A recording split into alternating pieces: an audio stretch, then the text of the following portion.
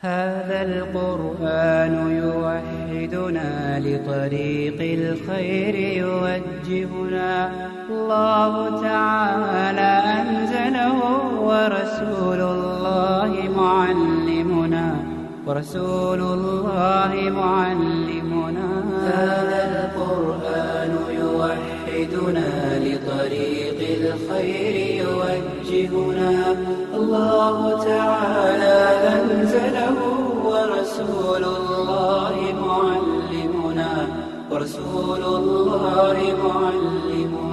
هذا القرآن هو الهادي لأوائلنا وأواخرنا يدعو للعلم وللعمل لا شيء سواه يهذبنا هذا القرآن هو الهادي لأوائلنا وأواخرنا يدعو للعلم وللعمل لا شيء سواه يهذبنا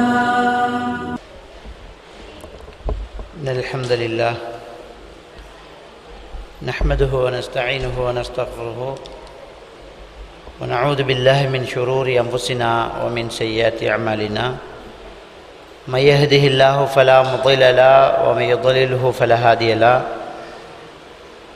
وأشهد أن لا إله إلا الله وحده لا شريك له وأشهد أن محمدا عبده ورسوله يا أيها الذين آمنوا اتقوا الله حق تقاته ولا تموتن إلا وأنتم مسلمون يا أيها الناس اتقوا ربكم الذي خلقكم من نفس واحدة وخلق منها زوجها وبث منهما رجالا كثيرا ونساء واتقوا الله الذي تساءلون به والأرحام إن الله كان عليكم رقيبا يا أيها الذين آمنوا اتقوا الله وقولوا قولا سديدا يصلح لكم أعمالكم ويغفر لكم ذنوبكم ومن يطع الله ورسوله فقد فاز فوزا عظيما أما بعد فإن أصدق الحديث كتاب الله وإن خير الهدي هدي محمد صلى الله عليه وسلم وشر الأمور محدثاتها وكل محدثة بدعة وكل بدعة ضلالة وكل ضلالة في النار சர்வ புகழும் புகழ்ச்சியும்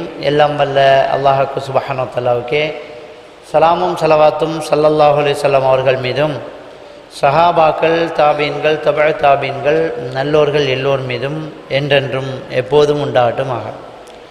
அன்புக்குரிய சகோதரர்களே நிம்மதியை இழக்கச் செய்யும் ஆடம்பரம் என்ற ஒரு தலைப்பில் என்னை உரையாற்றுமாறு பணித்திருக்கின்றார்கள். அதாவது ஆடம்பரத்தினால் நிம்மதிகள் இன்றைக்கு சமூகத்திலே இழந்து கொண்டிருக்கிறது. இந்த நிம்மதியை இழந்த மக்கள் எல்லா சாராராகவும் எல்லா தரத்தில் உள்ளவர்களாகவும் தான் இருக்கிறாங்க. அது மாணவர்களாக மாணவிகளாக இருந்தாலும் சரி, தாய் தந்தையர்களாக திருமணம் முடித்தவர்களாக இருந்தாலும் சரி, அரசியல்வாதிகளாக அதிகாரிகளாக இருந்தாலும் சரி, மேல்நாட்டவர்களாக கீழத்தேயவாதிகளாக இருந்தாலும் சரி, எல்லா தரத்திலேயும் எல்லா மக்களும் நிம்மதிகளை இழந்துக்கிட்டு இருக்கிறாங்க. அதில் இந்த ஆடம்பரங்களால் நிம்மதி கூடுதலாக இழக்கப்படுது அப்படிங்கிறாங்க. பொதுவாக இந்த ஆடம்பரம் என்கிறது சடவாதம் என்று சொல்லலாம். ஏன்னா ஒரு சில வார்த்தைகளுக்கு நமக்கு அர்த்தங்கள் ரொம்ப கஷ்டம். சடவாதம் என்று சில உரைகளை நீங்கள் கேட்டிருப்பீங்க. ஆனால் அந்த சடவாதம்னா என்னென்னு தெரியாது சிலருக்கு, அது சொல்லிக்கிட்டு போவாங்க. உண்மையிலே சடவாதம்ங்கிறது என்னன்னு சொன்னால் அதுக்கு வியாக்கியானம் சொல்லுவாங்க, இந்த பிரபஞ்சத்தின் மத்திய நிலையிலிருந்து கடவுளை எடுத்து விட்டால் அது சடவாதம்னு சொல்லுவாங்க. இப்போ இந்த பிரபஞ்ச உலகத்தில் இறைவன் என்கிற ஒன்றை இல்லை என்றா மக்கள் இப்போ என்ன செய்வாங்க? கடவுள் இல்லைண்டா அந்த கடவுளுக்கு கட்டுப்பட மாட்டாங்க. அப்போ கடவுள் இல்லாட்டி மறு உலகம் ஒன்று இல்லை, கடவுள் இல்லாட்டி நம்மளை விசாரிக்க யாருமே இல்லை. எனவே நாம் இந்த உலகத்தில் எவ்வளவு அனுபவிக்கலாமோ அவ்வளவு அனுபவிப்போம் என்றதுதான் சடவாதம். இந்த சடவாத கொள்கையை உலகமயமாக்கலினூடாக இன்றைக்கு உலகத்தில் பரப்பிக்கிட்டு இருக்கிறவர்கள் யூத கிறிஸ்தவர்கள், இஸ்லாத்தினுடைய விரோதிகள் யூதர்கள். இறைவன் என்கிற ஒரு கருப்பொருளை மறக்க வைத்தால், அதை மட்டும் எடுத்து விட்டால் அடுத்தது சடவாதம் மிஞ்சும். சடவாதம் மிஞ்சானால் உலகத்தில் நாம் வெல்லலாம், யூதர்கள் வெல்லுவாங்க, முஸ்லீம்களை அடக்கலாம் என்கிறதுக்காக பல திட்டங்களை கொண்டு வராங்க. அந்த திட்டங்களுக்கு உலகமயமாக்கல் பயன்படுத்தப்படுது. இந்த உலகமயமாக்கல் மூலமாகத்தான் இந்த திட்டத்தை என்ன செய்கிறாங்க, கொண்டு வர்றாங்க. உலகமயமாக்கல் என்கிற நேரம் ஊடகங்கள், பத்திரிகைகள், இன்டர்நெட்டு, இது மாதிரியான விஷயங்கள் எல்லாம் உலகமயமாக்கலுக்கு என்ன செய்யப்படுது, படுத்தப்படுது. ஒரு செகண்டில் உலகத்தில் அவங்க ஒரு விஷயத்தை அமுல்படுத்தி விட்டால் அதை ஒரு செகண்டில் உலகத்தில் எல்லாரும் தெரிகிற மாதிரி ஒரு ஒரு குளோபலைசேஷன், ஒரு உலகமயமாக்கலை, ஒரு உலகம் சார்ந்த ஒரு நெட்வொர்க்கை உருவாக்கியிருக்கிறாங்க. உருவாக்கி அவங்க இந்த சடவாத கோட்பாட்டை திணிக்கிறாங்க. இந்த சடவாத கோட்பாட்டுக்கு நம்மளோட எளிய தமிழை நாம் சொல்வதாக இருந்தால் ஆடம்பரம். ஆடம்பரம் என்ன செய்து இறைவனை மறக்கடிக்குது. நமக்கு இறைவனை மறக்கடிக்கிறது தான் ஆடம்பரம். அல்லாஹ் தஆலா சூரத்து ஸுஹ்ரஃபில் சொல்லி காட்டுறான், ஒமை யாஷு அன் திக்ரி ரஹ்மான், அல்லாஹ்வுடைய நினைவை விட்டும் யார் வாழ்கிறார்களோ, நுகையித் லஹு ஷைத்தானன் ஃபஹுவ லஹு கரீன், அவரிடம் நாம் ஒரு ஷைத்தானை சாட்டி விடுவோம், அதுதான் அவருக்கு துணையாக பேய்த்திடும். அந்த ஷைத்தான் தான் அவருக்கு கரீனாக, பக்கத்தில் இருக்கக்கூடிய ஒரு துணையாக போய்விடுது அப்படிங்கிறாங்க. அப்போ அல்லாவை மறந்தால் அடுத்தது ஷைத்தான் தான், ஷைத்தான் வந்துடுவான். அப்போ அல்லாவை மறக்கடிக்கிறது தான் சடவாதம். அல்லாஹ் இல்லை, அல்லாஹ் உண்ட இல்லைன்னு ஒரு முஸ்லீம் பாயால் சொல்ல மாட்டான். ஆனால் அல்லாவை நினைக்காத நேரங்கள் அதிகமாக இருக்குது. நபிகள் பெருமானா ஸல்லல்லாஹு அலைஹி வஸல்லம் அவங்க பாத்ரூமுக்கு போகும்போது அல்லாஹும்ம இன்னி அஊது பிக்க மினல் குபுஸி வல் கபாயிஸ் என்றுட்டு போகிறாங்க.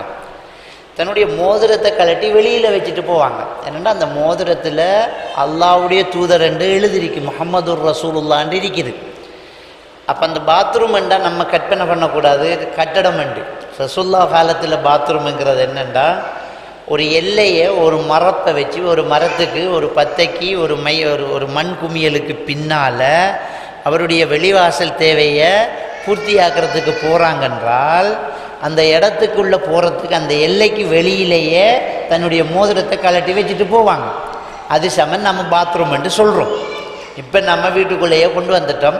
சஹாபாக்கள் காலத்தில் அது ஒரு மரப்புக்கு போவாங்க. அந்த காலத்து பழையவங்கள்ட்ட கேட்டால் தெரியும், வயல் பக்கம் என்ன ஒரு காடு நிலங்கள் நிறைய இருந்துச்சு.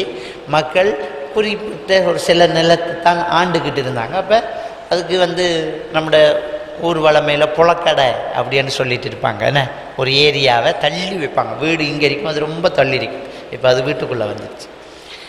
அப்படி தள்ளி இருக்கிற இடத்துல போகும்போது அப்படி சொல்லிட்டு போவாங்க. அங்கேருந்து அவர் வெளியில் வரும்போது ஒஃப்ரானக் என்று சொல்லுவாங்க. ஏன் அல்லாஹ் என்ன மன்னிச்சுக்கோமாங்க, பாத்ரூம் போகிறது என்ன பாவமா, மன்னிச்சுக்கோங்கிறதுக்கு பாத்ரூம் போகிற என்ன பாவத்தை செஞ்சுட்டு வந்துட்டாங்களா? அவ்வளவு நேரமும் அல்லாவை நினைக்கல. அந்த பாத்ரூம் போயிட்டு இருக்கிற நேரமெல்லாம் அல்லாவை நினைக்கல, அல்லாஹ் திக்ர் செய்யலை. இப்போ பாருங்க, அப்போ கொஞ்ச நேரம் அல்லாவை நினைக்கலைங்கிறதுக்கு மன்னிப்பு கேட்குறாங்க, ஒஃப்ரானக்ங்கிறாங்க. அப்போ ஒரு மனிதனுடைய உள்ளம் இறை தொடர்புகளோடு நிறைய இருக்கணும். இதுதான் இஸ்லாம். விளங்கிட்டா? அப்போ இறை தொடர்புகளோட இருந்தால் அவன் ஒரு மூமினாக இருப்பான். அப்போ ரஹ்மானுடைய நினைவுகள் எங்கே இல்லையோ, நுகையித் லஹு ஷைத்தானன் ஃபஹுவ கரீன் ஃபஹுவ லஹு கரீனன். அப்போ நாம் ஷைத்தானை அவனுக்கு என்ன செய்வோம், சாட்டி விடுவோம். அந்த ஷைத்தான் அவனுக்கு துணையாகி விடுவான். அப்போ இது சடவாதம். இந்த சடவாதம் எதால் வருது அப்படின்னு சொன்னால் இந்த ஆடம்பரங்களால் வருது. அப்போ இந்த ஆடம்பரங்களால் இந்த சடவாதம் வந்தால் ஷைத்தான் துணை, ரஹ்மானுடைய திக்ர் இல்லை. இப்போ இன்னொரு வசனத்தை பாருங்க, அல்லாஹ் சுப்ஹானஹு வ தஆலா சொல்லி காட்டுறான், وَمَنْ أَعْرَضَ عَنْ ذِكْرِي فَإِنَّ لَهُ مَعِيشَةً ضَنْكًا. யார் என்னுடைய நினைவை விட்டும் புறக்கணித்து விட்டாரோ, ரஹ்மான நினைக்கலையோ, فَإِنَّ لَهُ مَعِيشَةً ضَنْكًا, அவருக்கு நெருக்கடியான வாழ்க்கைங்கிறான். தன்காண்டா ஸ்ட்ரெஸ், அவருக்கு நெருக்கடியான வாழ்க்கை இருக்குது அப்படிங்கிறான். இப்போ தலைப்புக்கு வந்தாச்சா? தலைப்பை பாருங்க. ஆடம்பரம்ங்கிறது சடவாதம், சடவாதம்ங்கிறது இறை நினைவுகள் அற்ற வாழ்க்கை. இறைவனை நினைக்கவில்லை என்றால் அவனுக்கு நெருக்கடி, நெருக்கடி வந்தால் நிம்மதி இல்லை. எனவே ஆடம்பரம் நிம்மதி இல்லாத வாழ்க்கையை கொண்டு வரும். புரிஞ்சுதா? இப்போ நம்ம தலைப்பு எப்படி சரியாகுது பாருங்க. அதை இறைவன் சொல்கிறான். அப்போ இந்த தலைப்பை ரொம்ப ஒரு அழகாக தொகுத்து எடுத்திருக்கிறாங்க. உண்மையிலேயே ஆடம்பரம் வரும்போது மகிஷத்து பன்கா வந்துடும். ஆடம்பரம்ங்கிறது அல்லாஹ்வுடைய நினைவு இல்லாமல் போகிறது தான். அப்போ யார் இறைவனை நினைக்கலையோ அவங்களுக்கு நெருக்கடியான வாழ்க்கை வந்துடுது. எப்படி வந்தது பாருங்க. இந்த நெருக்கடியான வாழ்க்கை எப்படியெல்லாம் நம்ம சமூகத்தில் வந்துட்டு பாருங்க. நம்முடைய கையில் இப்போ ஆடம்பரங்கள் நிறைய கூடிட்டு, ஆடம்பரங்கள் கூட கூட நம்முடைய இறை தொடர்பு குறைஞ்சிக்கிட்டு வருது இல்லைங்களா? ஒரு காலத்தில், அந்த காலத்தை எடுத்து பார்த்தோம்னு சொன்னால், இந்த நவீன கண்டுபிடிப்புகள் கருவிகள் இல்லாத காலம், நவீன கண்டுபிடிப்புகள் கருவிகள் இல்லாத காலம். மனுஷன் எப்படி வாழ்ந்தான்? வண்டியில் மாட்டில் வண்டியில் பூட்டிக்கிட்டு தான் பயணம். காட்டுக்கு போய் என்ன செய்வாங்க? விறகு வெட்டிக்கிடுவாங்க, மரம் வெட்டிக்கிடுவாங்க. விவசாயம் பண்ணுறேன்னு சொன்னால் என்ன, வயல் காடு என்று தான் பேர், வயல் காடு. அவங்களுக்கு என்ற சொந்த நிலைமைக்காது. அவங்க ஒரு காட்டுக்குள்ளே போய் மரங்களை வெட்டி ஒரு பகுதியை, தண்ணீர் தேக்கங்களுக்கு பக்கத்தில் ஒரு நிலத்தை துப்புரவு பண்ணி அதில் நெல்லை விதைத்து அறுவடை செஞ்சுட்டு வருவாங்க. அப்போ தன்னுடைய மாட்டில் வண்டியில் பூட்டிக்கிட்டு முளை நெல்லை எடுத்துக்கிட்டு, முளை நெல்லை ஏற்றிக்கிட்டு, நெல்லை ஏற்றிக்கிட்டு போய் காடு வெட்டி விவசாயம் பண்ணி அறுவடை செஞ்சு நெல்லோட வீட்டுக்கு வருவாங்க. எவ்வளோ காலம் போயிருக்கு? ஒரு 3 மாதம் போகுது. அப்போ ஒரு 3 மாதம் அவர் போய் நெல்லை வச்சு விதைச்சி அறுவடை செஞ்சுட்டு வரார். அவ்வளோ நாளும் அவ்வளோ கடுமையான ஒரு உழைப்பு. இப்படியெல்லாம் அந்த காலத்தில் மக்கள் என்ன செஞ்சாங்க? வாழ்ந்தாங்க. நம்ம வீட்டில் பெண்கள் என்ன செய்வாங்க? அரிசி தேவை என்றால் நெல் குத்தணும். மிஷின் வந்தா நெல் குத்துற மிஷின் வந்தா இல்லையே, நெல் குத்துறேன்டா கட்டாயம் ஒரு இன்னொரு பக்கத்து வீட்டு தொடர்பு கட்டாயம் இருக்கணும். ஒருத்தி தனியாக ஒரு வீட்டில் வாழ்ந்துக்கிட்டு வாழ இயலாது. அதனால் அக்கம் பக்கத்து தொடர்பு, அயலவர் தொடர்பு கெட்டியாக இருந்துச்சு. எப்படியும் உதவிக்கு போய்த்தான் ஆகணும். நான் என் பக்கத்து வீட்டுக்காரிக்கு ஒரு உதவி செஞ்சு தான் ஆகணும். இல்லாட்டி எனக்கு உலக்க மாற்ற அவள் வர மாட்டாள். நெல் குத்துறண்டா உலக்க மாற்றி போடணும், 2 பேர் போடணும். அப்போ அவள் இன்றைக்கு வாடி எந்த விட்ட நெல் குத்துறண்டா 3 குடும்பம் சேர்ந்து நெல் குத்துவாங்க. இங்கே மாறி அவள் என்ன செய்வாள்? ஒரு நாளைக்கு நெல் குத்த பெறுவாள். நெல் குத்தித்தான் சோறு. இன்னைக்கு அரிசி அரிக்கிறதே இல்லை, அரிசி பக்கத்தை கொட்டுறது தான். கல் நீக்கப்பட்ட சுத்திகரிக்கப்பட்ட அரிசி இல்லைங்களா? இப்போ அரிசியை தயாரிக்கிறான். அரிசியை நூடுல்ஸ் செய்கிற மாதிரி அரிசியை தயாரிக்கிறான். அரிசி மாதிரி மாவால் ஒன்றை உருவாக்குறாங்க. அது இன்றைக்கு வருது. அப்போ அதில் எந்த கலப்படம் ஒன்று அரிக்க தேவையில்லை. அரிக்க மேலா சுளகு, அம்மி, திருகக்கல், உலக்க, உரல் இவ்வளவும் இல்லாமல் தான் இப்போ வாழ்ந்துக்கிட்டீங்க. நம்ம எந்த வீட்டில் அரிக்கு மேலே அரிக்கி, எந்த வீட்டில் அம்மி கிளவி இருக்கு, எந்த வீட்டில் உரல் உலக இருக்கு, எந்த வீட்டில் சுளகு இருக்குது? எங்கே இருக்குது? சுளகு இருக்குதா? இருந்தாலும் இப்போ கல்யாணம் முடிச்சு பிள்ளை குட்டியோட இருக்கிற நம்மளோட பொம்பளை பிள்ளைகிட்ட அந்த சுளவை கொடுத்து புடைக்க சொல்லுங்க பார்ப்போம். புடைப்பாங்க? முடியாது, இல்லை. இப்போ அப்போ இருந்துச்சு. அப்போ நெல் குத்தணும், விறகு வெட்டணும், கோடாரி இல்லாத ஊடு இல்லை, கொல்லி கொத்துவாங்க பெண்கள். இப்பெல்லாம் சுகப்பிரசவம் தான். இந்த சீசர் பண்ணுற கதையே கிடையாது. இந்த கிளினிக்கு போகிறான். கிளினிக் 3 மாதமானா கிளினிக்கு போவாங்க. கிளினிக்கு போய் ஸ்கேன் பண்ணுறதும், அதை தூக்கக்கூடாது இதை தூக்கக்கூடாதுங்கிறதும், உட்பட்டு டேப்லெட்டை கொடுக்குறோம், உம்பட்டும் செஞ்சு கடைசியாக ஒரு சைன் வைங்க ஏன் வெட்டணும். அப்போ இவ்வளோ நாளாக கிளினிக் போனேன்னே, மருந்து கொடுத்தேன்னே, என்ன நடந்தது? எல்லாம் செஞ்சுட்டு கடைசியாக வெட்டணும். அம்மா அம்பட்டு விட்டமின் டேப்லெட் எல்லாம் எழுதி கொடுத்து போட்டு கடைசியாக பால் பொட்டியை வேண்டி கொடுங்கம்மா. தாய்ப்பால் இல்லைங்க. என்ன நடக்குது? எல்லாம் இருக்கு, ஒன்றும் இல்லையே. அப்போ இருந்த பெண்கள் கொல்லி கொத்துவாங்க, ஓங்கி போட்டு கட்டையில் கொல்லியை செதுக்கி எடுக்க தெரியுது, நெல் குத்த தெரியுது. கொச்சிக்காய் அரைச்சி தான் கறி, கொச்சிக்காய் தூளா ஆரிசன்னு கொச்சிக்காய் அரைக்கிது.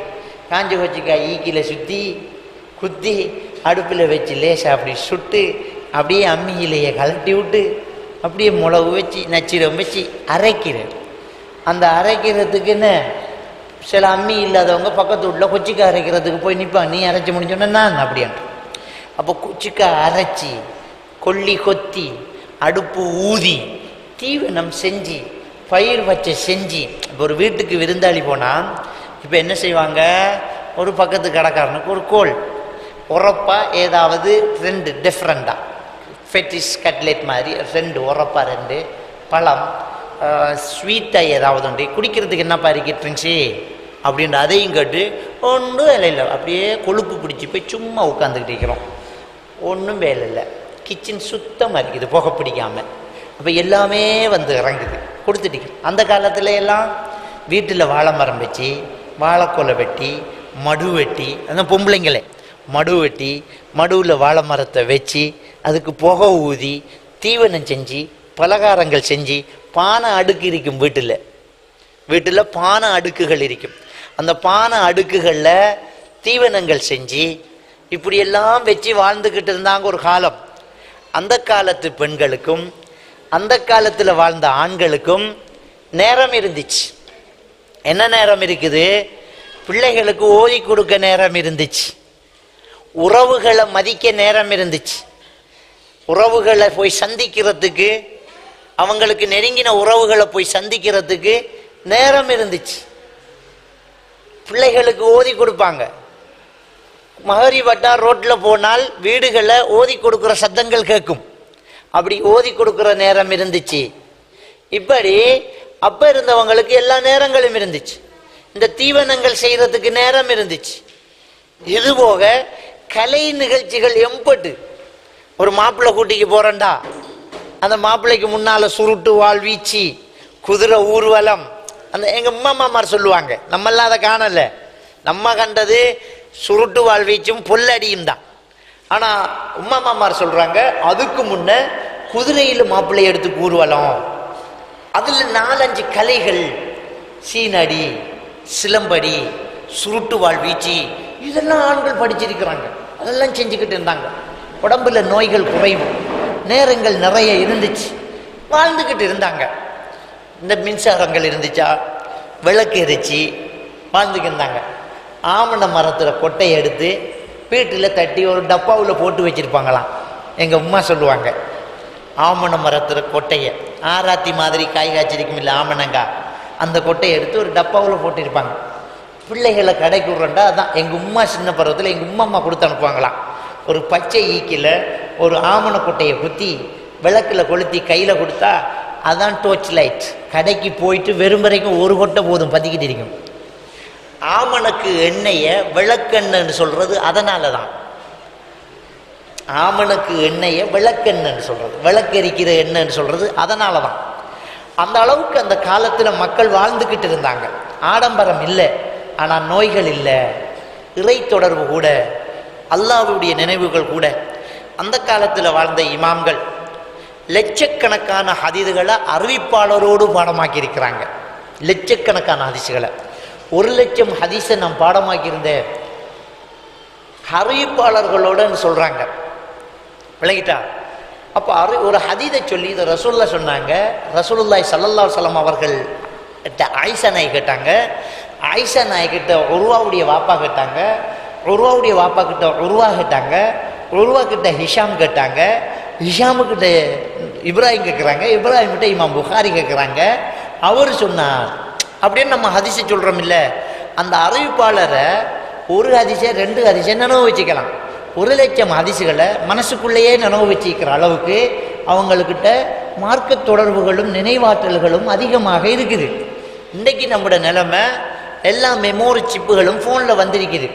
இல்லைங்களா? சின்ன ஒரு சிப் 18 ஜிபியா, இவ்வளவு 18 ஜிபி என்ன, இவ்வளவுக்கு ஒரு ஹார்ட் டிஸ்க். இதுக்குள்ள 2 ஹார்ட் டிஸ்க் வைக்கலாம். என்னையா 10,000 ஜிபி 1000 ஜிபி வருது. அதுக்குள்ள ஊட்பட்ட பயானம் போடலாம். அவ்வளவு இன்றைக்கு மனுஷன் கண்டுபிடிச்சிக்கான். ஆனால் இதுக்குள்ள என்ன இல்லை, ஒன்றுமே இல்லை. நேற்று யாரோ சொன்னாங்க, ஆள் மறந்து போச்சு. இதுதான் நிலைமை. நேற்று, இன்றைக்கு இல்லை, நேற்று யாரோ சொன்னாங்க ஒரு கதை உண்டு. ஆனால் சரியா ஆளை சொல்ல முடியலை. இது அண்டைய நிலைமை. அன்றைக்கு 1000 1,00,000 லட்சக்கணக்கான ஹதீஸ்கள் அறிவிப்பாளரோட, ஒவ்வொரு ஹதீஸுக்கு 4-5 பேர் அறிவிப்பாளர். இன்னாருக்கு இன்னார் இன்னாருக்கு இன்னார் இன்னாருக்கு இன்னார் நபிகள் நாயகம் ஸல்லல்லாஹு அலைஹி வஸல்லம் அவர்கள் இப்படி சொன்னார்கள். ஒரு வார்த்தை மிஸ் ஆகாமல் நினைவு ஆற்றல் இருக்குது, மார்க்க தொடர்புகள் இருக்குது. அவ்வளோ ஹதீஸை தேடி படிச்சிருக்கிறாங்க. நேரம் இருக்குது, காரணம் இறை தொடர்பு இருக்குது.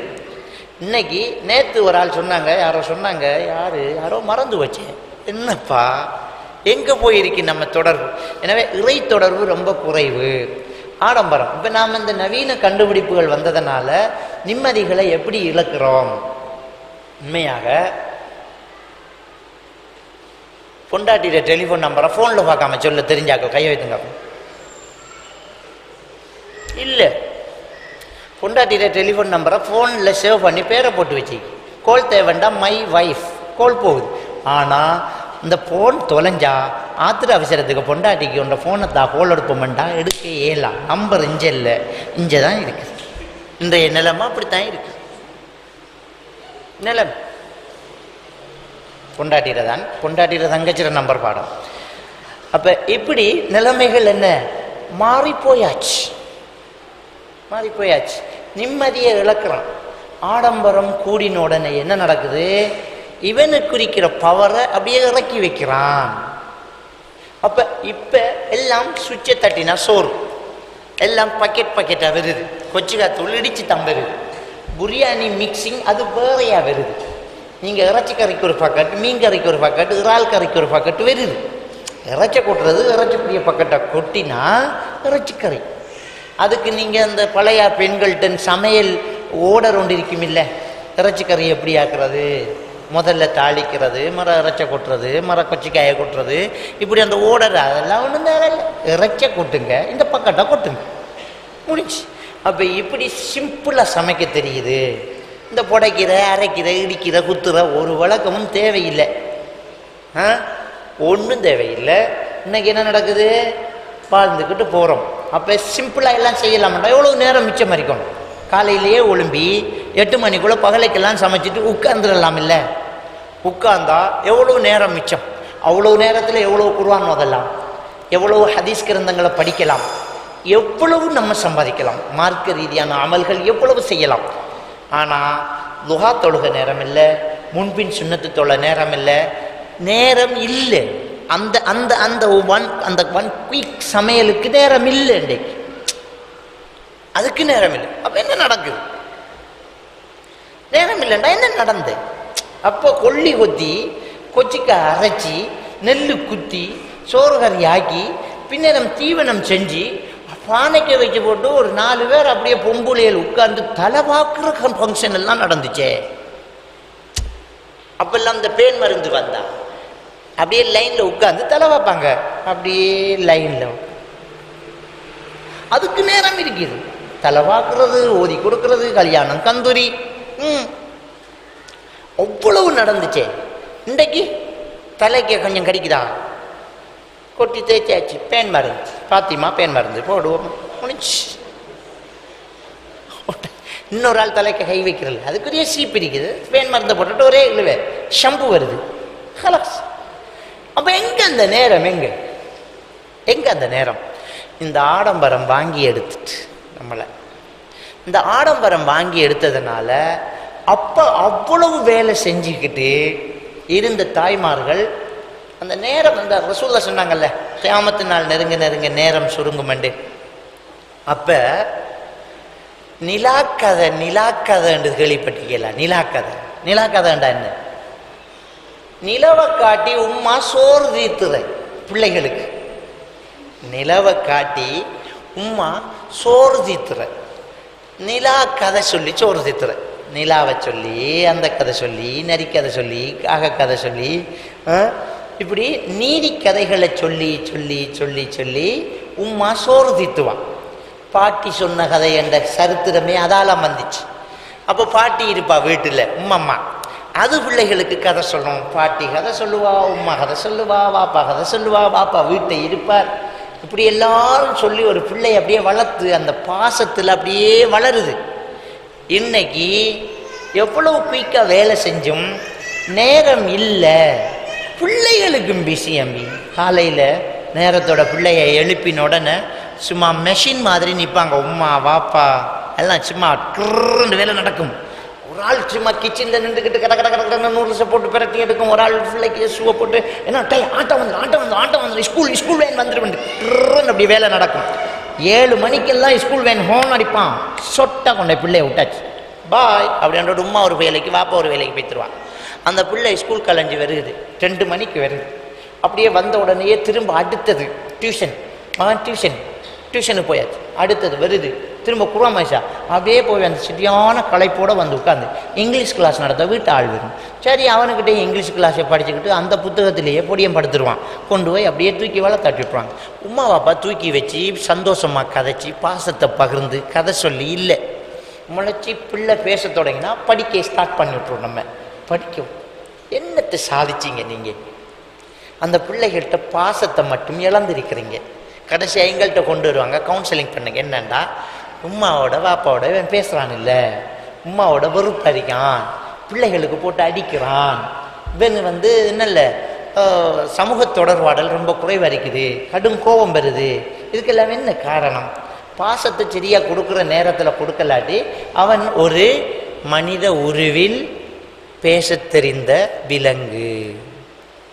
அவனுக்கு எது நல்லதென்று படுதோ அதை செஞ்சுட்டு போகிறான். அப்போ பருவங்கள் என்ன செய்யணும் அப்படிங்கிறது நாட்டு சட்டத்தின்படியே இந்த மொண்டசிறிங்கிறாங்கல்ல, இந்த மொண்டசிறிங்கிறது ஒரு பெண்ணுடைய பேரில் வந்தது. மொண்டசிறி மேடம், அவள் தான் இந்த ஆரம்ப பாடசாலையை ஆரம்பித்தான். அப்போ இந்த ஆரம்ப பாடசாலையில் பேனை கொடுக்கக்கூடாது, அதான் நம்ம நாட்டு சட்டமே. அவங்களுக்கு பேனை பென்சில் கொடுக்கக்கூடாது, எழுதக்கூடாது. அவங்களுக்கு விளையாட்டில் கல்வியை கொடுக்கறதான் மொண்டசிறி சிஸ்டமே. ஆனால் நாம் என்ன செய்கிறோம்டா, மொண்டசிறி டைமிலேயே மெட்ஸ் படம் படித்து கொடுக்குறோம். பிள்ளைகளுக்கு ஓவர்லோடு கூடாதுன்னு நான் சொல்லலை, அந்த ஓவர்லோட் ஆகிறத விளைவுகளை பாருங்கள். அப்போ பிள்ளைகள் பிஸி, இவங்களும் பிஸி. ஒரு தீவனமும் செய்கிறதில்லை. ஒரு வாழை மரம் வச்சு வாழைப்பழத்துக்கு புகை அடிக்கிறதே இல்லை. நம்ம கடையில் காசை கொடுத்து வாழைப்பழத்தை வேணும், அவன் மருந்து அடித்ததை வேண்டி திண்டு விட்டு மறுவா மருந்து வேண்டி உள்ளுக்கு அடிப்போம். அது போய் பழுதாக்கி போட்டு விளக்கிட்டா நடந்துக்கிட்டு இருக்குது. மருந்தை விருந்தா பாவிச்சா, மருந்தை விருந்தா பாவிக்கிற ஒரு நிலைமை வருது நமக்கு. என்ன, எல்லா விருந்துகளும் மருந்தால் உற்பத்தி ஆகுது. GM foods, genetically modified foods, மரபணு மாற்றப்பட்ட உணவு வகைகள், பெரிய கொச்சிக்காய், பெரிய புடலங்காய், பிராய்லர் கோழி, இதெல்லாம் என்ன உணவு? மரபணு மாற்றப்பட்ட உணவு வகைகள், GM foods, genetically modified foods. இந்த ஃபுட்ஸ் மருந்தடித்து பழுக்க வைத்தப்பட்ட பழங்கள், இதெல்லாம் என்ன செய்யுது? ஒரு நஞ்சு, ஒரு மருந்து. அப்போ நாங்கள் அதை எப்படி சாப்பிட்றோம்னு சொன்னால் விருந்தாக சாப்பிட்றோம். அதனால தான் ஒருத்தன் சொன்னான், விருந்தை மருந்தாக சாப்பிடு, இல்லை என்று மருந்தை விருந்தாக சாப்பிட வேண்டி ஏற்பட்டு. ஏன்னா இப்போ இருக்கிற விருந்தெல்லாம் மருந்து தான், அதை கொஞ்சமாக தான் சாப்பிட வேண்டியிருக்குது. அப்போ எல்லாமே இன்றைக்கு நஞ்சாக இருக்குது, அதை சாப்பிட்றோம், மருந்து சாப்பிட்றோம், பிஸி, நமக்கு நேரம் இல்லை. அப்போ இன்னைக்கு எவ்வளோ நேரம் மிச்சம் இருக்கணும், ஆனால் நேரம் இல்லை. என்ன அது? அதான் சடவாதம். இறைவனை நம்மளோட உள்ளத்திலிருந்து எடுத்துட்டாங்க. எடுத்த உடனே நமக்கு சடவாதம் வந்துட்டு, நமக்கு தயமத்துடைய சட்டம் தெரியா, குளிப்பாற்ற சட்டம் தெரியா, ஜனாசா தொழுக சட்டம் தெரியா, பெருநாள் கொத்துபா சட்டம் தெரியா, எத்தனை தடவை நாம் ஜனாசா தொழுதிருப்போம் ஒவ்வொருத்தரும் சும்மா நீங்கள் சொல்லுங்கள். அப்போ நீங்கள் எத்தனை ஜனாசா தொழுகையில் கலந்துருப்பீர்? சும்மா ஒரு கணக்கு. ஒரு 15 ஜனாசா தொழுகையில் அவர் கலந்திருக்கிறார். அப்போ கிட்டத்தட்ட 10க்கு மேலே நாம் ஜனாசா தொழுகையில் கலந்திருக்கிறோம். இன்றைக்கு ஒரு மையத்து வந்தால் எல்லாரையும் லைனில் நிப்பாட்டிப்பட்டு அசரத்து சொல்லிக் கொடுக்கணும். ஜனாசா தொழுகை 4 தக்பீர்களை கொண்டது. இந்த ஜனாசா மீது கடமையாக்கப்பட்ட ஃபர்லு கிஃபாயாவான தொழுகை அல்லாஹ்வுக்காக தொழுகிறேன் என்ற நியத்தை வைத்துக் கொள்ளுங்கள். முதலாவது தக்பீரில் சூரத்துல் ஃபாத்திஹா ஓதப்படும். ரெண்டாவது தக்பீரில் ஸலவாத்து சொல்லப்படும். ஆமாம். மூணாவது தக்பீரில் துஆ ஓதுறது. அந்த துஆ அல்லாஹும்ம ஃபிர் லஹு வர்ஹம்ஹு வஆஃப். நாலாவது தக்பீரில் சலாம் கொடுக்கும். கரெக்ட். இப்போ தான் தொழறடி. நான் கேட்குறேன், இமாமு சொல்லலண்டி குழம்புறான். ஒரு மையத்து தொழுக முடிஞ்சா தொழுகை சட்டம் சொல்லலை அப்படின்ட்டு 6க்கு அடிக்கணும். எத்தனை தொழுகையில் கலந்திருக்கோம். ஒரு தடவை சொன்னால் போதாதா? இந்த ஃபோனை வேண்டினா இந்த ஃபோனில் ஃபோன் புக் எவ்வளோ தெரிக்கி, மெசேஜ் எப்படி அடிக்கிற, எப்படி ஒரு பேரை பதிகிற, எப்படி இதில் இன்டர்நெட்டை கனெக்ஷனை கொடுக்குற, எப்படி இது ப்ளூடூத்தில் எடுக்கிற, இதெல்லாம் ஒவ்வொரு தடவையுமா சொல்லி கொடுக்குறான். சொல்லிக்கே கொடுக்க மாட்டான், எடுத்தே பழகிடுவோம் நம்ம. அப்போ சடவாதம் சரியாக இருக்குது, இறைவாதம் புழைச்சி போயிடுச்சு நமக்கு. என்ன காரணம்? இது வந்தோடனே அது வைத்திரும். ஒரே போத்தலில் 2 இருக்காது.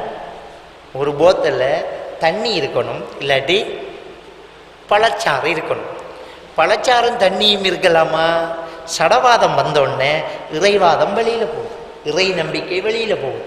அப்போ ஆடம்பரம் உள்ளுக்கு வந்தால் ஃபைனலஹு மஈஷத்தல் லன்கா, அவருக்கு நெருக்கடியான ஒரு வாழ்க்கை. இன்னைக்கு ஒரு ஆடம்பரம். அப்பெல்லாம் கடையில் சாமான் வாங்குறது எப்படி? உம்மா சொல்லி தருவா. நாங்கள்லாம் சின்ன வயசில் உம்மா சொல்லி தருவா. விளையாடிட்டு இருக்கேன் நம்மளஞ்சவா, இந்த காசைப்பிடி நல்லா நினப்பு வச்சுக்கோ. கொச்சிக்காய் 1/4 கிலோ, வெங்காயம் 1/4 கிலோ, குறுக்கா புளி 5 ரூபாய்க்கு, தேங்காய் 1/2 போத்தல், சீனி 1/2 கிலோ, தேயிலை குடிக்கிறதுக்கு முட்டாசி 2 ரூபாய்க்கு. இவ்வளோத்தையும் பாடமாக்கிட்டு ஒரு டயரை உருட்டினோம்னா கிரன்னு ஓட வேண்டியதுதான். கிடைக்கும் இவ்வளவு நினைப்பு. ஒரு தடம் சொல்லிட்டா சரி. அப்போ இருக்கிற நினைவு இப்போ இல்லை. ஆனால் அப்போ இருக்கிற அவங்களுக்கு படிப்பு வரல. நினைவாட்ட நல்லா தந்துச்சு, படிப்பு வரல. என்ன படித்து கொடுக்க தெரியல. அப்போ படித்து கொடுக்க தெரியல, அவ்வளோதான். அப்போ இருக்கிற பிள்ளை நல்ல கட்டியாக இருந்துச்சு. அப்படியே கடைக்கு போனால் கடைக்கு வெளியில் நின்று சாமானை கேட்போம். அவன் கடைக்குள்ள என்னென்ன இருக்குன்னு நமக்கு தெரியாது. அவன் கேசிய முன்னுக்கு இல்லாமல் நல்லா கம்பியை போட்டு கருவாட்டை ஓட்டி இழுத்துடாம எல்லாம் கவர் பண்ணிடுவான். முன்னுக்கு முதல்ல நிற்பான். என்னடா வேணும் சொல்ல சொல்ல எல்லாம் சாமான் எடுத்து போடுவான். உள்ளுக்கு போவான், லாக்கையில் இருக்கும். அவன் பின்னுக்கெல்லாம் இருட்டத்தான் இருக்கு. போய் எடுத்து கொண்டாந்து சாமானை தந்துட்டு கணக்கு எடுத்துட்டு மிச்ச காசு தரும். அப்போ நம்முடைய தேவையை வீட்டிலிருந்தே தயாரிச்சுக்கிட்டு போய் கடைக்காரன்கிட்ட சொல்லி அதை நிறைவேற்றிக்கு வந்தோம். நம்மளோட கையில் காசு மிஞ்சுது, மிச்ச காசு வருது. அப்போ நம்ம தேவைகள் எம்பட்டுன்றதை அளந்துக்கிட்டு போய் அளவாக சாமான வேண்டினோம், நிம்மதியாக சாப்பிட்டோம். இப்போ என்ன செய்கிறான்னு சொன்னால், இந்த முதலாளித்துவம், இந்த வியாபார தொழில்நுட்பம் என்ன செய்யுதுன்னு சொன்னால், நுகர்வோருண்டா கடையில் சாமான் வாங்குற ஆளுக்கு தேவைகளை அதிகரிக்க செய்தல். அதுக்கு சில ட்ரிக்ஸ்களை கொண்டு வராங்க. அது ஒரு கலை, அது ஒரு படிப்பு. கொமர்ஸ் படித்த பிள்ளைகளுக்கு தெரியும். கொமர்ஸ் அதானே, கொமர்ஸில் அதை தன்னாங்க படிக்கிறோம். எப்படி வியாபாரத்தை அதிகப்படுத்தி ஒரு முதலாளி லாபத்தை அதிகம் எடுக்கிற, முதலாளி லாபம் எடுக்கணும். அந்த முதலாளித்துவம், அந்த முதலாளி லாபத்தை எடுக்கிறதா இருந்தால் மக்களுடைய தேவைகள் அதிகரிக்கணும். உங்களுக்கு ஒரு நாளைக்கு கொச்சிக்காயும் வெங்காயமும் குறுக்காப்புளியும் உப்பும் தானே தேவைப்படுது. அதனால தானே இந்த கடையில் அவ்வளவு விற்கிது. உங்களுக்கு தேவையை கொஞ்சம் கூட்டினா தான் எனக்கு கடையில் நல்ல சாமான் விற்கும். மக்களுடைய தேவையை அதிகரிக்கிறதுக்கு பிளான் பண்ணுறாங்க. உளவியல் ரீதியாக, அறிவியல் ரீதியாக பிளான் பண்ணுறாங்க. என்ன பிளான்? சரி, கடைக்கு வெளியிலேருந்து சாமான் வாங்கினவனை கடையை திறந்து உள்ளுக்குட்டா அவன் சாமானை அதுக்கு வந்து தீர்மானிக்க போகிறான். இப்போ எப்படி கடைக்கு வெளியில் இல்லை, இப்போ கடையை திறந்து கெஷியர் வெளியில் இருக்கிறான், பேங்க்ராக்கெல்லாம் உள்ள வைத்திருக்கான். அவன் வெளியில் துவாதியம் நாம நின்ற இடத்த அவன் வந்துட்டான். அவன் மேசையை போட்டு உட்காந்துட்டு எல்லாம் கேமரா சிசிடிவி கேமரா போட்டுருக்குது. அங்கே போய் நீங்கள் ஒன்றும் பருப்பு வாய்க்க போட இயலாது, எல்லாம் போட்டு வச்சுட்டு நீங்கள் அங்கேருந்து ஒரு சாமானும் வெளியில் கொண்டு போக முடியாது. எல்லாம் நீக் நீக் நீக் நீக் கற்று இந்த கெஷியர் மேசையில் வந்து மெஷினில் காட்டி போட்டு போனால் தான் அங்கே எல்லாம் முடியும். ரைட்டா? யூரோப்பில் எல்லாம் சூப்பர் மார்க்கெட் இருக்குது, கெஷியர் ஆளே இல்லை, ஆள் இல்லை. அப்படியே போய் ஃப்ரான்ஸில் ஒரு கடை ஒன்று இருக்குது, ஹை ஸ்பீட் ரோட்டில், இடையில மக்கள் குடியாட்டம் இல்லை, வாகனத்தை நிப்பாட்டி ஷாப்பிங் போனேன், சாமலாட்டு நானும் பார்க்குறேன், என்னோட ஆளை காணலை. அது அப்படித்தான். நீங்கள் சும்மா வாங்க அசரத்தண்டு இல்லாங்க அப்படியே பேக்கில் கொண்டு போய் கம்ப்யூட்டரில் நான் இப்படி பிடிக்கிறேன், இப்படி எல்லாத்தையும் பிடிச்சோன்னா நீக்கணும். தூக்கி வச்சதுக்கு பிறகு அந்த காசையும் கொடுத்ததுக்கு பிறகு தான் இந்த பேக் எடுத்துக்கு வெளியில் போனால் அந்த மிஷின் சும்மா இருக்கும். அதில் காட்டாமல் இல்லாட்டி காசை கொடுக்காம இந்த பேக் எடுத்துக்கு வெளியில் போனீங்க இல்லையா, அந்த ஏரியாவில் இருக்கிற போலீஸுக்காரனை எல்லாம் கூப்பிட்டு எடுத்துருமே அந்த மிஷின். அந்த கற்று மானம் கப்பல் ஏறி அதனால் ஒருத்தர் களவு எடுக்கிறேன். கடையில் ஆளே இல்லை. அப்போ கடைக்குள்ளே சனத்தை இறக்குறேன். அப்போ லிஸ்ட் எடுத்துட்டு போகிறோம்ல. இப்போ எப்படி என்ன ஷாப்பிங் போகிறோம், நாங்கள் கால் பண்ணி சொல்கிறோம், அம்மா நாங்கள் ஷாப்பிங் போயிட்டு வரோம், வீட்டில் இருங்க. என்ன ஷாப்பிங் போகிறோம்டா, என்னன்னு தெரியா போய்த்தான் முடிவு எடுக்க போகிறோம். என்னன்னு தெரியா போய்த்தான் முடிவு எடுக்க போகிறோம். என்னன்னு தெரிஞ்சா தானே இந்த காசுக்கான அன்னம் 10 ரூபா தாண்டு 40 ரூபா எடுத்து போகலாம். இவ்வளவுதான் வேண்ட போகிறோன்னு தெரிஞ்சா 40 ரூபா எடுத்து போகலாம். என்னன்னு தெரியுமா? தெரியாமல் நீங்கள் ஷாப்பிங் போக போகிறீங்க. அப்போ காசு கட்டோட போகணும். காசு கட்டு தேவையில்லை. அதான் நவீனத்துவம். நவீனத்துவம் என்ன? சரி, இப்படி கடையை திறந்து வச்சோட்டு பேங்கால கூப்பிட்றேன், வாங்க எங்கள்கிட்ட ஒரு கிரெடிட் கார்டு ஒன்று, ஒரு ஐடென்டி கார்டு மாதிரி ஒரு கார்டு. என்ன பேர்? Credit card. நீங்கள் இந்த கார்டில் சாமான் வாங்கலாம். உங்களுக்கு எவ்வளவுக்கு சாமான் வேண்டலாம். நீங்கள் கிரெடிட் கார்டு எடுக்கும்போது 1 லட்ச ரூபா, 2 லட்ச ரூபா, 3 லட்ச ரூபாய்க்கு நீங்கள் கிரெடிட் கார்டை பேங்கில் வாங்கலாம். உங்களோட பேருக்கு அக்கௌண்ட்டை திறந்து ரைட், எனக்கு 1 லட்ச ரூபாய்க்கு தாங்க காட்டுன்னா காட்ட வேணும். உங்கள்கிட்ட இப்போ காசு தேவை, உங்கள்கிட்ட யாரு காசு கட்டு, நீங்கள் போய் சாமானை வேண்டி போட்டு அந்த மெஷின் அந்த காட்டை இழுங்க. இழுத்து அவங்களோட பட்ஜெட் எவ்வளோ? 75,000 ரூபாய். 50 நாளைக்கு காசை கட்டுங்க, ஒரு வட்டியும் இல்லை. 40 நாள், சில பேங்க் என்ன 40 நாள், 40 நாளைக்கு காசு கட்டலாம். எப்படி புடுங்குறான் பாருங்க. எவ்வளவு உதவி செய்யுது பேங்க் நம்ம நினைக்கிறோம். உங்களை எவ்வளவு அநியாயப்படுத்துறான்றது உங்களுக்கு விளங்குது இல்லை. ஒருத்தர் ஒரு காட்டை தாரான், இன்னும் அந்த காட்டுக்கு சாமானை வாங்கி வேண்டுதா எவ்வளவு வருது? 40 நாள், ஒரு மாத்தையாலதா, எனக்கு ஒரு பிரச்சனை இல்லை. கூப்பிட்டு கடன் கொடுக்குறான், கூப்பிட்டு கடன் கொடுக்குறான். நீங்கள் உனக்கு எப்போ மூடு வருது அப்போ வாங்க, நீ எப்போ சாமான் வாங்கணும் அப்போ இருந்து எனக்கு பேங்குக்கு மெசேஜ் வந்துடும். இத்தனாம் தேதி இத்தனை மணிக்கு வேறு கடையில் இவ்வளவுக்கு சாமான் அந்த கடை எங்களோட பேங்கால் அந்த கடைக்கு நாங்கள் உடனே காசு நெட்டில் பேய்த்திரும். அண்ணா விளையிட்டா அப்படியே ஆன்லைனில் பேய்த்திரும். உங்களோட பட்ஜெட்லையும் சரிக்கும். 40 நாள் வெயிட் பண்ணும். 41ஆவது நாள் நீங்கள் காசை கொண்டாந்து திரளாட்டி உங்களோட 40,000 ரூபாய்க்கு வட்டி வைப்போம். அப்போ கிரெடிட் கார்டு எடுக்கிற ஒவ்வொருத்தரும் சைன் வைக்கிறான். என்ன? 40 நாளைக்குள்ள நான் காசை கட்டலாட்டி வட்டி கட்டுவேன். ஒரு முஸ்லீம் சைன் வைக்கிறான், வட்டி கட்டுவேன். அல்லாவுக்கு எதிரான சைன், குர்ஆனுக்கு எதிரான சிக்னேச்சர். அது கிரெடிட் கார்டு வச்சிருக்கமா, என்ன சிக்னேச்சர் அது? நான் 40 நாளுக்குள் தரவில்லை என்றால் வட்டி கட்டுவேன். செய்யலாமா இது? செய்யலாமா இது? ஹலாலானது செஞ்சாலே சொன்னாடி உழுது. கல்யாணம் பண்ணுற ஹலால் கொண்டாடிட்டு நான் உனக்கு சுகம் இல்லாமல் போனால் ஒரு கல்யாணம் கட்டுவேன் என்று சொல்லிப்பார், எம்பொட்டு அடி உழுதுன்று. அது ஹலால். இது ஹராம். இதுக்கு சைன் வச்சு போட்டு வாரான், பொண்டாட்டி கட்டுக்கிறீர்கள். அவளும் சேர்ந்து எனக்கும் ஒரு காற்று எடுத்தாங்களே, நீங்கள் இல்லாத நேரம் நான் மூட்டெல்லாம் இல்லை அதுக்குள்ள இந்த மிஷின். அப்போ என்ன நடக்குதுண்டா, நம்மளை மடையனாக்குறான். நம்ம காசை வெளியிலேருந்து நீட்டி கொடுத்து தேவையான சாமானை வாங்கினோம். இப்போ என்ன செய்யறான்டா, கடையை திறந்து உள்ளுக்கிட்டான் போ. இப்போ தேவைகளை நாங்கள் உருவாக்குறோம். அங்கே போனோன்னு ஒரு கரத்தை வண்டியில் இருக்கு, எடுத்து தள்ளிக்கிட்டு அப்படி ஒவ்வொரு ராக்கைக்குள்ளால அது ஒரு பெருமை. அந்த கடைக்குள்ளே போய் சாமான் வாங்குறது பெருமை. அந்த கடைக்குள்ளே நமக்கு தெரிஞ்ச ஒரு ஆள் அப்படி சந்திக்கிறது, நம்மளை கண்டுட்டாங்க, நாம் இங்கே சாமான் வாங்குறது. அங்கே போனோடனே இனி லாக்கையிலேருந்து ஒவ்வொரு சாமான் எடுத்துவோம். இங்கே பாருங்க, இது நல்லா இருக்கும், பிள்ளைக்கு நல்லா இருக்குமே, எடு. இவருக்கு தெரியாது எம்பட்டு வரப்போகுதுன்னு தெரியாது.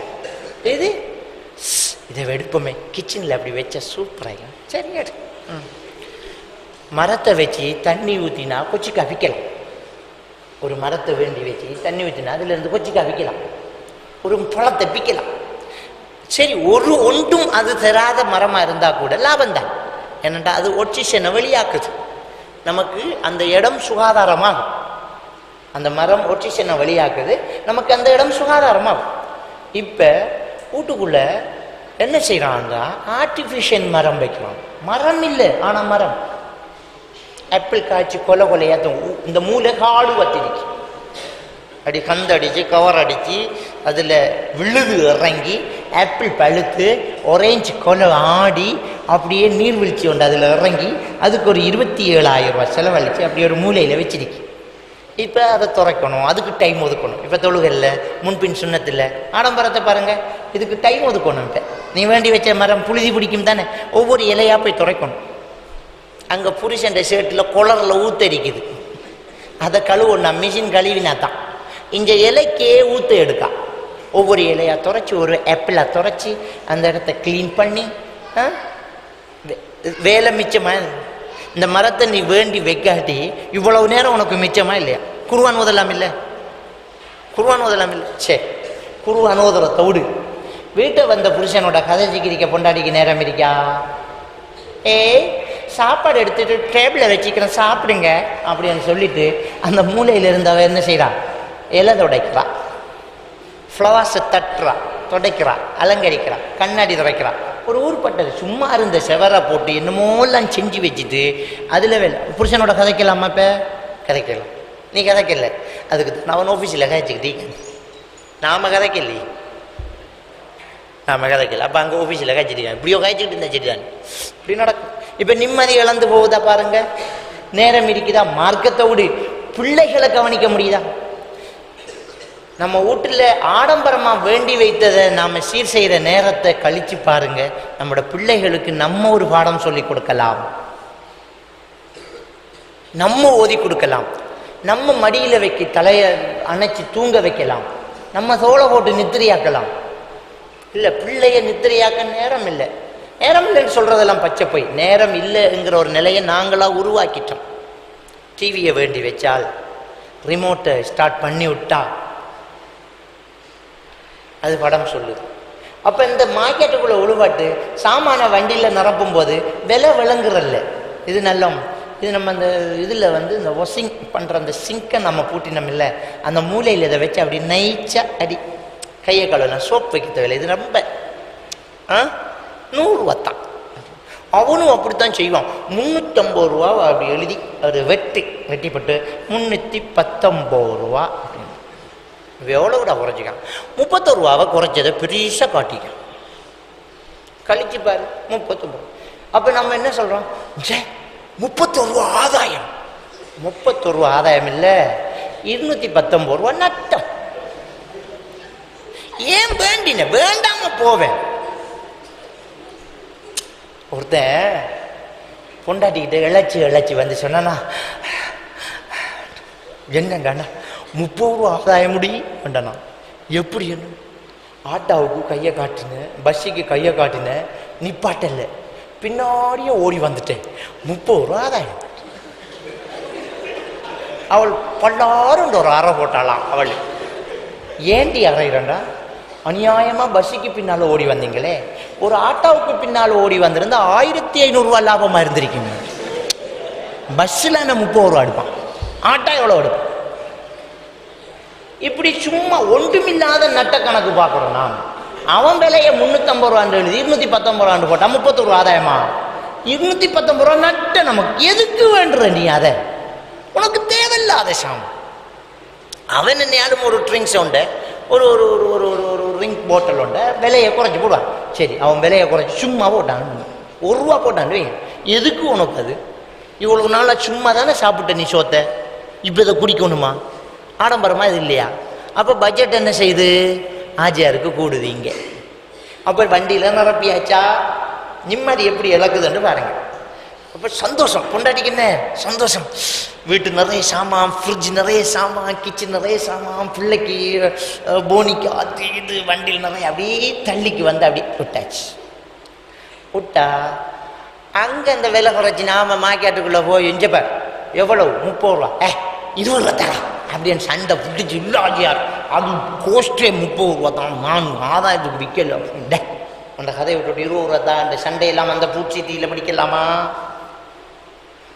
பிடிக்கணாண்டா. அங்கே அழகான ஒரு பொம்பளை பிள்ளைய நிப்பாட்டிருக்கான். அவள் இங்கிலீஷில் சொல்லுவாள், எக்ஸ்கியூஸ் மீ சார், கேஸா கிரெடிட் கார்டான்னு கேட்பாள். இந்த ஆளை சேரண்டு அவள் சொன்னா அந்த ஆள் அப்படியே உருகிடுவான். இவரை போய் அந்த புள்ள சேரண்டு வெள்ளையும் சொல்லையுமா கொட்டாம் பாவாடையோட, excuse me sir, please sir, கொஞ்சம் அப்படி சைட் பண்ணுங்க அப்படின்னா இந்த ஆளு சார் ஓகே அப்படின்ற இங்கிலீஷ் வந்துடுமா அவர் வந்துட்டு என்ன. அப்போ அந்த வண்டியில் இருக்கிற சாமான்லாம் அள்ளி அள்ளி மெஷினில் பிடிக்க பிடிக்க பிடிக்க பிடிக்க இந்த ஆளும் அந்த கம்ப்யூட்டரை பார்ப்பார். என்ன 5000, 6000, 7000, 8000 போய் ஒரு 12,000 போய் நின்றும். இவ்வளவு சாமானும் 12,000 அப்படியே போய் நின்ற உடனே இங்கே காசு இருக்குமா? இல்லை, பேங்கில் சத்திய வாக்கு கொடுத்த கிரெடிட் கார்டு இருக்கு. அதுக்கு அப்புறம் தான் அவள் கேட்பாள், கேஸா credit card? Yes, credit card. அந்த உள்ளுக்குள்ள மனம் எரிஞ்சுக்கிட்டு கொடுப்பார். ஓட்டி இழுத்துப்பார். பாஸ்வேர்ட் அடிங்க சார் அப்படின்னா இவர் பாஸ்வேர்ட் அடிப்பார். இதை தலையெழுத்து அடிக்காது, இவர் அவரை தலையெழுத்து அடிச்சு ஓகே பண்ணி விட்டா ஓடு என்ற அர்த்தம். இந்த செகண்ட்ல இருந்து கவுண்டிங் ஸ்டார்ட். அவள் என்டர் பண்ணின செகண்ட்ல இருந்து கவுண்டிங் ஸ்டார்ட். இவர் ஓடணும். 40 நாளைக்குள்ள ஓடி இந்த காசை கொண்டு போய் போடணும். இல்லாட்டி பேங்கில் ஹோல்ட் பண்ணி நான் ஓடி என்பான் அவன். நீ ஓடி காசு போடாட்டி அவன் ஓடி என்பான். அப்ப இந்த உமாக்கு சந்தோஷம்தான். அப்படியே கொண்டு போய் சோவா சாமான் அடிக்கக்குள்ள இவரை சிரிப்பு போலி சிரிப்பாகும். நல்லா இருக்குல்ல என்னொன்னு, இவர் நடிப்பா சிரிப்பார். நல்லா இருக்கு, உள்ளுக்குள்ள எரிஞ்சுக்கிட்டு இருக்கும், உள்ளுக்குள்ள எரிஞ்சுக்கிட்டு இருக்கு. ஓம் நல்லா இருக்காங்க. அண்டுல இருந்து இவர் கவுண்டிங் ஸ்டார்ட். அங்க ஓடி இங்க ஓடி வேலை செய்வார். அப்ப சம்பளம் பத்தாது. லஞ்சம் எடுப்பார், ஏமாத்த பார்ப்பார், ஃப்ராடு பண்ணுவார், டூப்ளிகேட் பண்ணுவார். எப்படியோ 40 நாளைக்குள்ள இந்த பட்ஜெட்டையும் போடணும், இந்த 12,500 போடணும். இதுக்கடையில் புடவை கடையில் வேண்டினது அது இது என்று சொல்லி கிரெடிட் கார்டு தானே இருக்கு என்று ஓட்டனை ஓட்டி விட்டுருவா. காட்டான கையில் அப்படின்னு போட்டு போட்டு போட்டு பட்ஜெட் கூடி சரி அந்த போர்டரில் வந்து இன்றைக்கு 12 மணிக்குள்ள பேங்க் டைம் 3 மணிக்குள்ள 40,000 காசு தேவை. 3 மணிக்குள்ள 40,000 சொல்லிட்டா தேவை. அப்போ அந்த அந்த அந்த 2-3 நாள் அந்த பேங்க் டைம் அந்த 2-3 நாள் இவர முகத்தில் சிரிப்பு இருக்காது. பொண்டாட்டி புருஷன் சந்தோஷமா இருக்க மாட்டாங்க.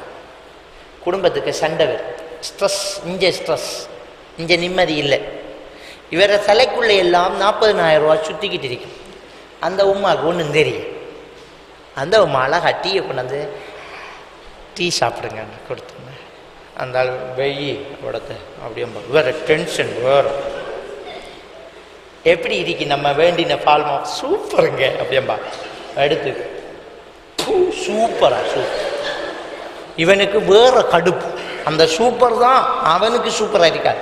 40,000 காசு தேவை. சூப்பரான கொப்புளிச்சு இதெல்லாம் ஒரு இன்னொரு நாளைக்கு இவள் இதை வேண்டக்கூடாது அப்படின்ட்டு அவன் ஒரு ஐடியா பண்ணும். கொப்புளிச்சு தூக்கி ஊற்றிட்டு விட்டு எனக்கு ஒழுங்கா ஒரு பிளேன் டியூட்டி காடியம்மா தேயிலத்தூளோட நிப்பாட்டணும் அப்படி. அப்ப இவ பாப்பா பிள்ளைகள் எல்லாம் நல்லா இருக்கண்ட, பாப்பா நல்லா இருக்கண்ட, நேத்து வந்த நானா நல்லா இருக்கண்ட, இவருக்கு நான் எந்த கையால் ஊற்றினேன் நல்லா இருக்கலண்டா, இவருக்கு நம்மளோட இப்போ இறக்கம் இல்லை. ஏன்டா இப்போ 2-3 நாளாக நம்மக்கிட்ட விரையும் இல்லை, டென்ஷன். அந்த ஆளுக்கு நித்திர இல்லை. 40 நாள் சண்டை வந்துடும். சண்டை வந்தா மூட நம்பிக்கையில் இருக்கிறவங்க நம்மளை யாரோ பிரிவினைக்கு செஞ்சிட்டாங்க, 2 சூனியத்துக்கு வெட்டுறதுக்கு குறிசாத்திரத்துக்கு ஓடுவாங்க. அப்படி இல்லை, மூட நம்பிக்கை இல்லாட்டி சம்திங் ரோங், இந்த ஆளுக்கு ஆரோடையோ தொடர்பு உண்டு, சந்தேக கண்ணால பார்ப்பாங்க. சந்தேக கண்ணால போல மேனேஜர் ஹோல்ட் பண்ணி ஹலோ ஓ இன்னும் வாரம் வெயிட் பண்ணுங்க என்று சொன்னாலும் எவள் அவள் இன்னும் வாரன்ண்ட எவள் என்று இஞ்சி சந்தேகம் பெற குடும்பத்தில் நிம்மதி இல்லை. அம்மாவும் பாப்பாவும் இப்படி மோகனையாக எதிர்த்து கதைக்கா பார்த்துக்கிருக்கிற பிள்ளைகளுக்கு நிம்மதி இல்லை. ஒரு குடும்பம் தேன் கூட்டில் கல்லறிஞ்ச மாதிரி கலையுது. எதால? இவன்களோட சடவாத கொள்கையால். ஒரு கிரெடிட் கார்டு வாங்கினேன், கடைக்குள்ள விட்டான் பாப்பா, குடும்பம் வெளியே கடைக்குள்ள விட்டுட்டான். அழகா நமக்கு தேவையானதை கணக்கு பண்ணி வேண்டினோம்னா விஷயம் முடியும். அறிமுகப்படுத்துறான். டிவியை வேண்டி கொடுத்தோம், முடிஞ்சு, அவ்வளோதான். டிவி 17,000 ரூபா தான், 20,000 30,000 அதுவும் கட்டு காசு அப்படி போடுவான். நீங்கள் ஒரு 5,000 ரூபாய் இப்போ கட்டுங்க, மாதம் மாதம் வட்டி இல்லாமல் 2 வருஷத்துக்கு கட்டி முடிங்கணும்னா வெரி சீப், வேண்டி கொண்டே வச்சிடும். நீ மாதம் மாதம் கட்டாமல் 5,000 ரூபாய்க்கே உனக்கு டிவி தந்தாலும் உன்னோட பட்ஜெட் எப்படி போகுதுன்னு பார். டிவியை வேண்டி வச்சுட்டியா, ரைட். டிவியை வேண்டினா அன்று நான் ஒன்று வேண்டித்தான் ஆகணும், இல்லாட்டி புள்ளி அடிச்சுக்கிட்டு அன்று நான் கடனுக்கு தருவானா, அது கேஸுக்கு வேண்டும். ஓடி திருட்டு நான் வேண்டி அதுக்கு பைப்பு வச்சு அதுக்கு ஒரு நாள் மெனக்கட்டு அன்று நான் உயர்த்தி கிறுக்கி சேனலிங் எல்லாம் பிடிச்ச உடனே இனி பக்கத்து வீட்டுக்காரர்கள எங்களோட விட்ட கேடிவி வேலை செய்யுதுகள். என்னங்க கேடிவி வேலை செய்தாமே அப்படின்றோன்னே, என்ன கேடிவி வேலை இல்லையா, அதுக்கு அந்த கோப்பையை கட்டணும், கட்டியாச்சு. அதுக்கு 20,000 ரூபா. டிவி வெறும் 5,000 ரூபா தான், மிச்சம் காசு இன்னும் கட்டலை. இனி கேடிவி அது இது எல்லா டிவியும் வேலைன்னு சொன்னேன். எல்லா டிவியிலையும் சேனலில் மாற்றி மாற்றி மாற்றி கடை வீட்டு வேலை நடக்குமா? இல்லை. காலையில் வந்து அப்படியே ரிமோட்டை போட்டு ஒன் பண்ணிடணுன்னா அதை பார்த்துக்கு தான் தேங்காய் திருவுறது, அதை பார்த்துக்கு தான் கொச்சிக்காய் வெட்டி அப்படியே விரலையும் வெட்டுறது, எல்லாமே அதை பார்த்துக்கிட்டே வேலை நடக்கும். வீட்டுக்கு வந்த விருந்தாளிகளோட கதைக்கு இயலாது. வாங்க மாமி எப்போ வந்தீங்க, வாங்க இருங்கன்னு முக்கியமான கட்டம், கழுத்தில் சுருக்கு போட்டுக்கிட்டு கடிதம் எழுதுகிற கட்டம். நஞ்சி போத்தல் அப்படி வச்சு போட்டு பேரண்ட்ஸுக்கு கடிதம் எழுதுறாரு கதாநாயகன். இத்துடன் என் வாழ்க்கையை முடித்து கொள்கிறேன். இவட வாழ்க்கை முடிய போகுது. இப்போ இதை பார்த்துக்கிட்டு வந்த விருந்தாளியும் சேர்ந்து உன்னிப்பா 2 பேரும் பார்த்துக்கிட்டே இருப்பாங்க. இடையில ஒரு விளம்பரம் போகும். அப்போ திரும்பி மறுவாங்க, எப்படி சோமாரிக்கலாம், எப்படி வந்தீங்க அந்த விளம்பரத்துக்கு. விளம்பரம் முடிஞ்ச உடனே நீ சோமா இருந்தா இரி, இல்லாட்டி பாடு பாரு மிச்சட்டண்டு பார்த்து வீட்டை வராங்க. வீட்டுக்கு வந்த புருஷனுக்கு டீ ஊற்றி கொடுக்க ஆள் இல்லை, வீட்டை வந்த கணவனுக்கு டீ ஊற்றி கொடுக்க ஆள் இல்லை. புள்ள என்ன செஞ்சிருக்கான், கணவனுக்காக நாடகம் பார்த்துக்கிட்டு இருக்கா. இங்கே கணவனுக்காக சோறு வச்சு கொடுக்க ஆள் இல்லை, நடந்துக்கிட்டு இருக்கு. இப்படியே போய் இந்த டிவியில் என்ன செய்வான்னு சொன்னால், இருக்கிற தமிழ் படம் நாடகம் எல்லாத்தையும் முடித்து ஒரு சமையல் சனியன் ஸ்டார்ட் ஆகுது. நல்லா தான் சோறு வரையாக்கி திண்டுக்கு இருந்தாங்க. அந்த சமையல்ல அவள் வந்து புதுசாக ஒன்றை காட்டி விடுவாள். என்ன செய்கிற, நீங்கள் வந்து இந்த பிஐஏ எடுத்து இப்போ லிஸ்ட் எழுதப்படு. பிஐ இந்த வீட்டில் பிஐஏ இதுக்கு முன்னே வேண்டி இல்லை. பிஐ தேவையான பொருட்கள் பிஐ 200 கிராம். பிஐ அழியாச்சு. பிளம்ஸ் எதுக்கு பிளம்ஸ் அழியாச்சு.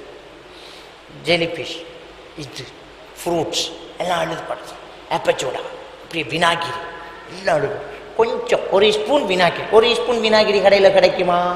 ஒரு பொட்டலில் வேண்டி மிச்சம் அப்படியே நாரும் அம்பட்டு பல அப்படியே வேண்டி அடுக்கி இஷ்டப்பட்டு அவள் செஞ்சு அப்படியே திண்டு அப்படி வெரி டேஸ்ட் உனக்கு தெரியுதா? அவள் வெரி டேஸ்ட்ன்னு சொன்னது மட்டும்தான் தெரியும்.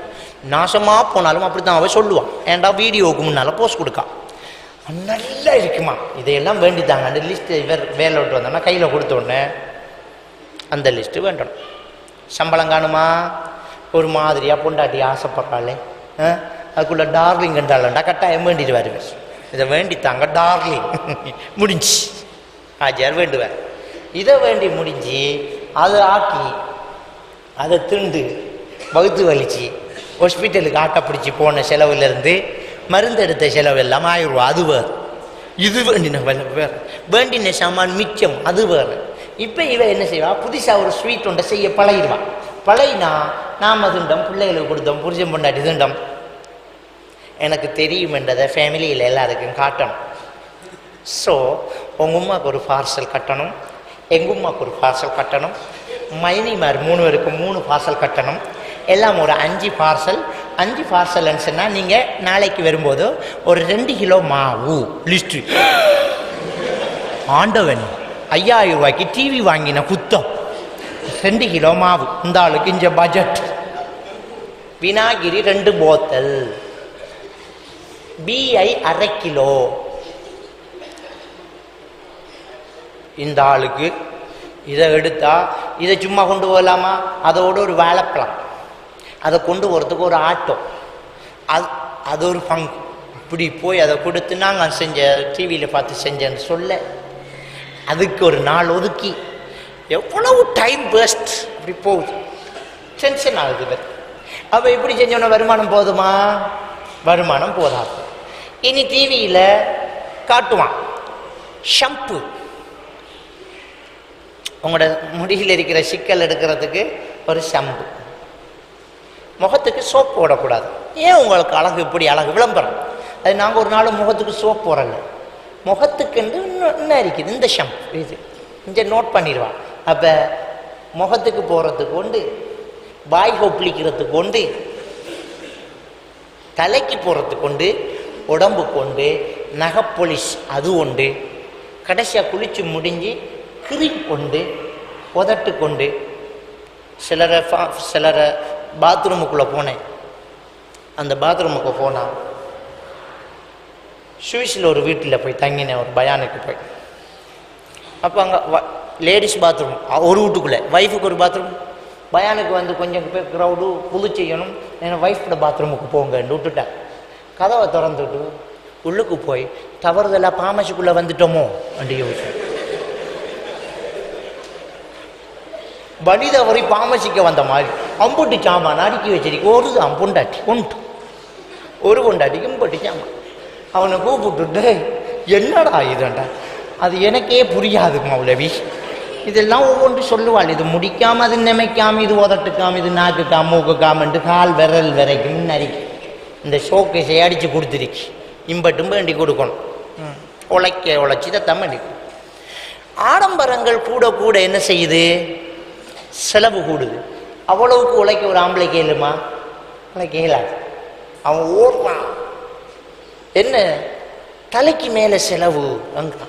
ஏண்டா செலவு? நம்ம யோசிக்கிறது இல்லையா? ஒரு சின்னதாக ஒரு பொட்டி கடை வச்சுட்டு ஒரு குடும்பம் நடக்குது.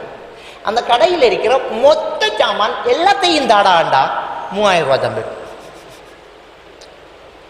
பொட்டி கடை நடக்குது இல்லை, ஒரு பொட்டி கடை வச்சுக்கிட்டு கொஞ்சோண்டு ஒரு டொஃபி, ஒரு பிரலிக்காயை ஊற வச்சு ஒரு போத்தலில் வச்சு அப்படி கொஞ்சம் பிரலிக்காய், அப்படி வெத்தில ரோல் ஒரு 4 அம்பட்டு, கச்சாங்கொட்டையை வறுத்து ஒரு பக்கத்து. சின்ன பொட்டி கடை, அந்த கொழும்பு சைட்லாம் பொட்டி கடை, 2-3 பிள்ளைகள் பொண்டாட்டி பிடிச்ச வாழ்ந்துக்கிட்டு இருப்பாங்க. அந்த கடையில் போய் இவ்வளோத்தையும் கட்டு அப்படின்டா ஒரு 3500 ரூபா. சரி, ஒரு 5000. அப்போ முதலே 5000 ரூபா ஒரு குடும்பம் நடந்துக்கிட்டு இருக்குது. நம்ம மாதம் 40,000 ரூபா 50,000 ரூபா எடுக்கும். பட்ஜெட் இல்லை. ஏன் இல்லைண்டா, நாம் டிசைன் பண்ணிட்டோம், ஆடம்பரத்தை கூட்டிட்டோம். கோழி இல்லாட்டி மீன் இல்லாட்டி இறைச்சி இல்லாட்டி முட்டை இல்லாட்டி சாப்பாடு இல்லை நமக்கு. ஆனால் சிங்களவர்களை பாருங்கள், வெறும் வெண்டிக்காய், ஒரு கத்திரிக்காய், ஒரு பருப்பு, ஒரு நெத்தலி கருவாடு, உப்பு கருவாடு துண்டோண்டு, சாப்பாடு முடிச்சு. ஒரு விளையாட்டு சாரன், ஒரு சீத்தை முடிச்சு. நமக்கு திங்கிறண்டா பெரிய லிஸ்ட். அந்த கொக்கரக்கோவை திங்கிறண்டா ஒரு கொக்கொண்டு அடிக்கும். அப்போ கொக்கும் கொக்கரக்கோவும் இல்லாட்டி இறங்குது. பெப்சி இல்லாமல் சோறு, பெப்சி இல்லாட்டி அது யூதன்ட்டு அது யூத் என்ற ப்ராடக்ட், அது நெஞ்சு, அது நம்மளை சாவடிக்குது. அப்போ அதை அடிக்கணும். கோழி, மீன், பாய்க்கு ஒரு துண்டு இறைச்சி வரணும், இல்லாட்டி நமக்கு இறங்குதில்லை. நம்முடைய சாப்பாட்டு பட்ஜெட் உயருது. கவர்மெண்ட் மக்களுக்காக ஹாஸ்பிட்டல் திறந்திருக்குது. அந்த ஹாஸ்பிட்டலில் போய் லைனில் நின்று மருந்து எடுக்கிறவன் நாமையா? நம்முடைய சோனகர்களுக்கு கவர்மெண்ட் ஹாஸ்பிட்டலில் லைனில் நின்று மருந்து எடுக்க வெக்கம். நம்ம ஆட்டோ பிடிச்சி ப்ரைவேட் ஹாஸ்பிட்டலில் 550 ரூபா காசை கட்டி டாக்டரை சந்தித்து துண்டெடுத்துக்கு போய் ஃபார்மசியில் வேண்டணும். நமக்கு ஃபார்மசியில் மருந்து வேண்டணும். இல்லாட்டி சில ஊருக்குள்ளே இருக்கிற டாக்டர் மாதிரி அவனே மருந்தை கொடுத்து 500 ரூபா பில் தருவான்.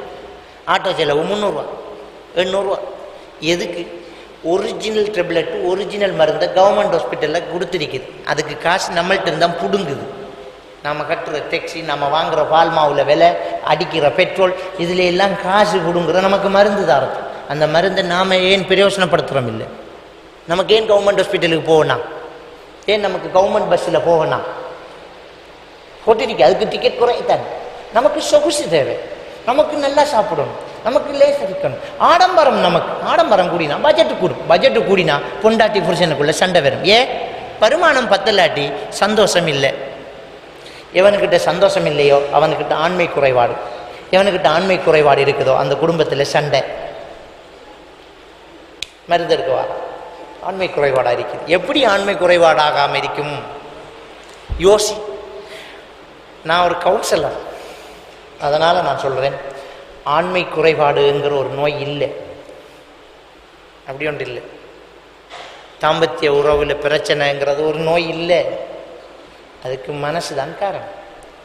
எவன் சந்தோஷமாக இருக்கானோ அவன்கிட்ட அந்த பிரச்சனை இருக்காது. ஆண்மை குறைபாடுன்ற ஒருத்தம் வந்தால் அவருக்கு 1008 சிக்கல் இருக்கின்ற அர்த்தம். கொஞ்சம் வாங்கு, அதுக்கு மருந்தெடுப்போம். புறவு உங்களுக்கு வேறு என்ன பிரச்சனை? சிலர் பிஸ்னஸ் மேன், நல்ல பொண்டாட்டிக்கும் அவருக்கு மடையில் பிரச்சனை இல்லை, நிம்மதி இல்லை இவருக்கு. பிஸ்னஸ் கோளுக்கு மேலே கோள், அங்கே சரக்கு போகுது, இங்கே லொரியில் சாமான் பெறுது, வெளிநாட்டு சாமான் கொஞ்சம் வந்து சுங்கத்தில் பிடிபாட்டி இருக்குது, அதுக்கு போகணும், அதுக்கு ஆள் அனுப்பணும், இதுக்காக நண்பட்டு தலைக்குள்ளே இருந்தால் ஆண்மை குறைபாடு கட்டாயம். நிம்மதி இல்லை. நாம் தொழில் செய்கிறதே சந்தோஷமாக இருக்கிறதுக்கு தான். அந்த சந்தோஷத்தையே இழந்த தொழில் நடக்கக்கூடாது. அப்போ பட்ஜெட்டு கூடுது. பட்ஜெட்டு கூடினா அந்த ஆளுக்கு நிம்மதி இல்லை. உழைக்கிறது பத்தாதுன்னு கடைசியாக 2 பேரும் கூடி ஒரு முடிவெடுப்பாங்க. என்ன? 2 பேரும் பார்ப்பாங்க, என்ன ஒவ்வொரு மாதம் நமக்கு கடன் இறக்கிட்டு இருக்குது, எடுக்கிற சம்பளத்தை கடையெல்லாம் கொடுக்கணும், வீடு கட்டணும், என்ன செய்கிறேன்டா இருக்கிற ஆடம்பரத்தை குறைச்சோன்னு தாராளமாக மிஞ்சும். நான் கேட்குறேன், ஒரு வீட்டில் 5 பேருண்டா 6 ஃபோன் எதுக்கு? வீட்டில் 5 பேர், அம்மாவுக்கு ஒரு ஃபோன், பாப்பாவுக்கு ஒரு ஃபோன், மூத்தவனுக்கு ஒரு ஃபோன், இளையவனுக்கு ஒரு ஃபோன், மகளுக்கு ஒரு ஃபோன், கொமனா ஒரு ஃபோன். 5 ஃபோன், 5 பேர், 6 ஃபோன். அந்த ஃபோன் சில ஃபோனில் 2 சிம், இதில் ஒரு 2 சிம், இதில் ஒரு சிம், இதில் சிம், டொங்கிள், நெட்டு, தகுவர். இந்த ஃபோனுக்குள்ளே எவ்வளவு காசு கரையுது கொஞ்சம் கொஞ்சமாக நமக்கு வழங்க மாட்டேங்க. நாம் ஒரு மெசேஜ் தானேன்றோ, அஸ்ஸலாமு அலைக்கும், எதுக்கு இந்த அஸ்ஸலாமு அலைக்கும் எதுக்கு? நீ சந்திச்சியா? அஸ்ஸலாமு அலைக்கும் வந்துச்சு. அப்போ அஸ்ஸலாமு அலைக்கும் கொண்டு வந்தால் நான் சும்மாரிக்கலாமா? என்னத்தை நினைப்பான்? வலைக்கும் அஸ்ஸலாம், நீ 1 ரூபா, நான் 1 ரூபா, 2 ரூபா, யாருக்கு போகுது அந்த காசு? நீ ஒரு அஸ்ஸலாமு அலைக்கும் 1 ரூபா, நான் ஒரு அஸ்ஸலாமு அலைக்கும் 1 ரூபா, 2 ரூபா. அதே வெளிநாட்டுக்கு அடித்தா 6 ரூபா, நான் திருப்பி அடித்தா 6 ரூபா, 12 ரூபா. ஒரு சலாத்துக்கு 12 ரூபா. எத்தனை சலாம், எத்தனை நிக்கல், எத்தனை நையாண்டி, எத்தனை கிண்டல், எத்தனை எம்எம்எஸ், எத்தனை சட், எத்தனை இன்டர்நெட் தொடர்பு, எத்தனை ஸ்கைப், எத்தனை ஃபேஸ்புக், எத்தனை வாட்ஸ்அப், எத்தனை வேதா, எவ்வளோ என்ன நடந்துக்கிட்டு? 1 ரூபா, 5 ரூபா, 3 ரூபா, 4 ரூபான்னு ஒரு குடும்பத்தில் ஒரு மாதத்துக்கு எத்தனை 100 ரூபா, 100கணக்கானது கரையுது. ரீலோட்.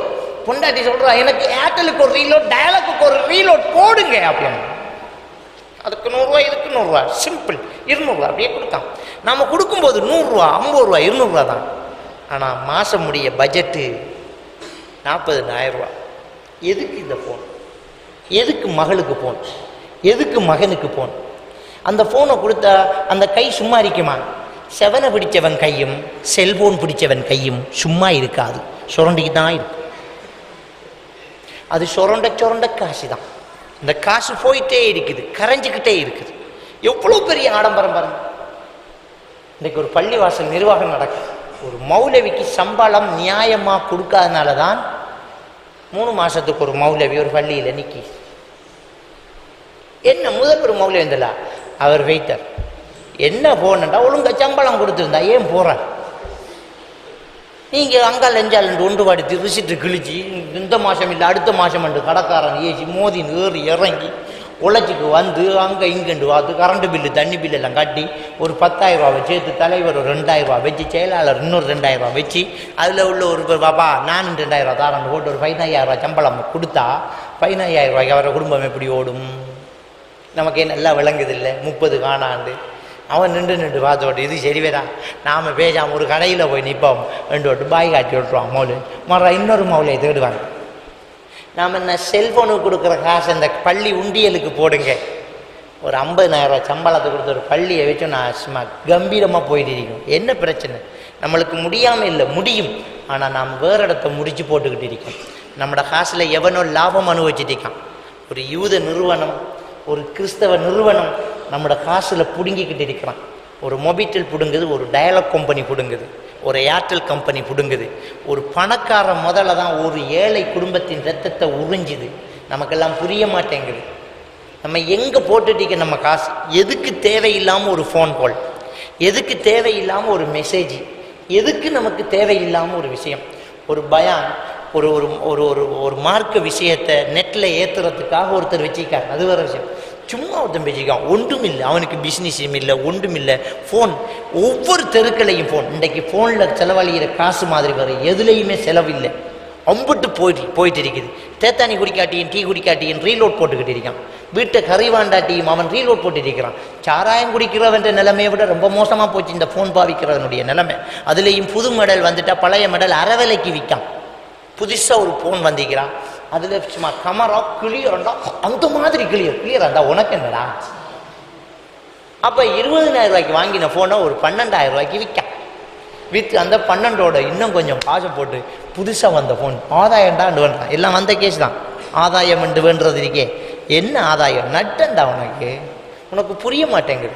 இது முதலாளித்துவம். இப்போ உள்ள கொமர்ஸ் பாடம் இருக்குது இல்லை, அதில் போட்ட ட்ரிக்ஸ் தான் இது. உனக்கு ஆதாயம் என்று விளக்களி வென்று தேவையில்லாத சாமானை திணிக்கிறான். திடீர் 2 ஃபேமனில் ஒருத்தன் போட்டு விரிக்கிறான். 100 ரூபாய்க்கு 3 யார், 100 ரூபாய்க்கு 3 யார், 100 ரூபாய்க்கு 3 யார் என்றா என்ன அர்த்தம்? இங்கே வந்து மடப்பட்டம் கேட்குற யார் என்ற அர்த்தம். நீ இதுவரைக்கும் சும்மா தானே இருந்த.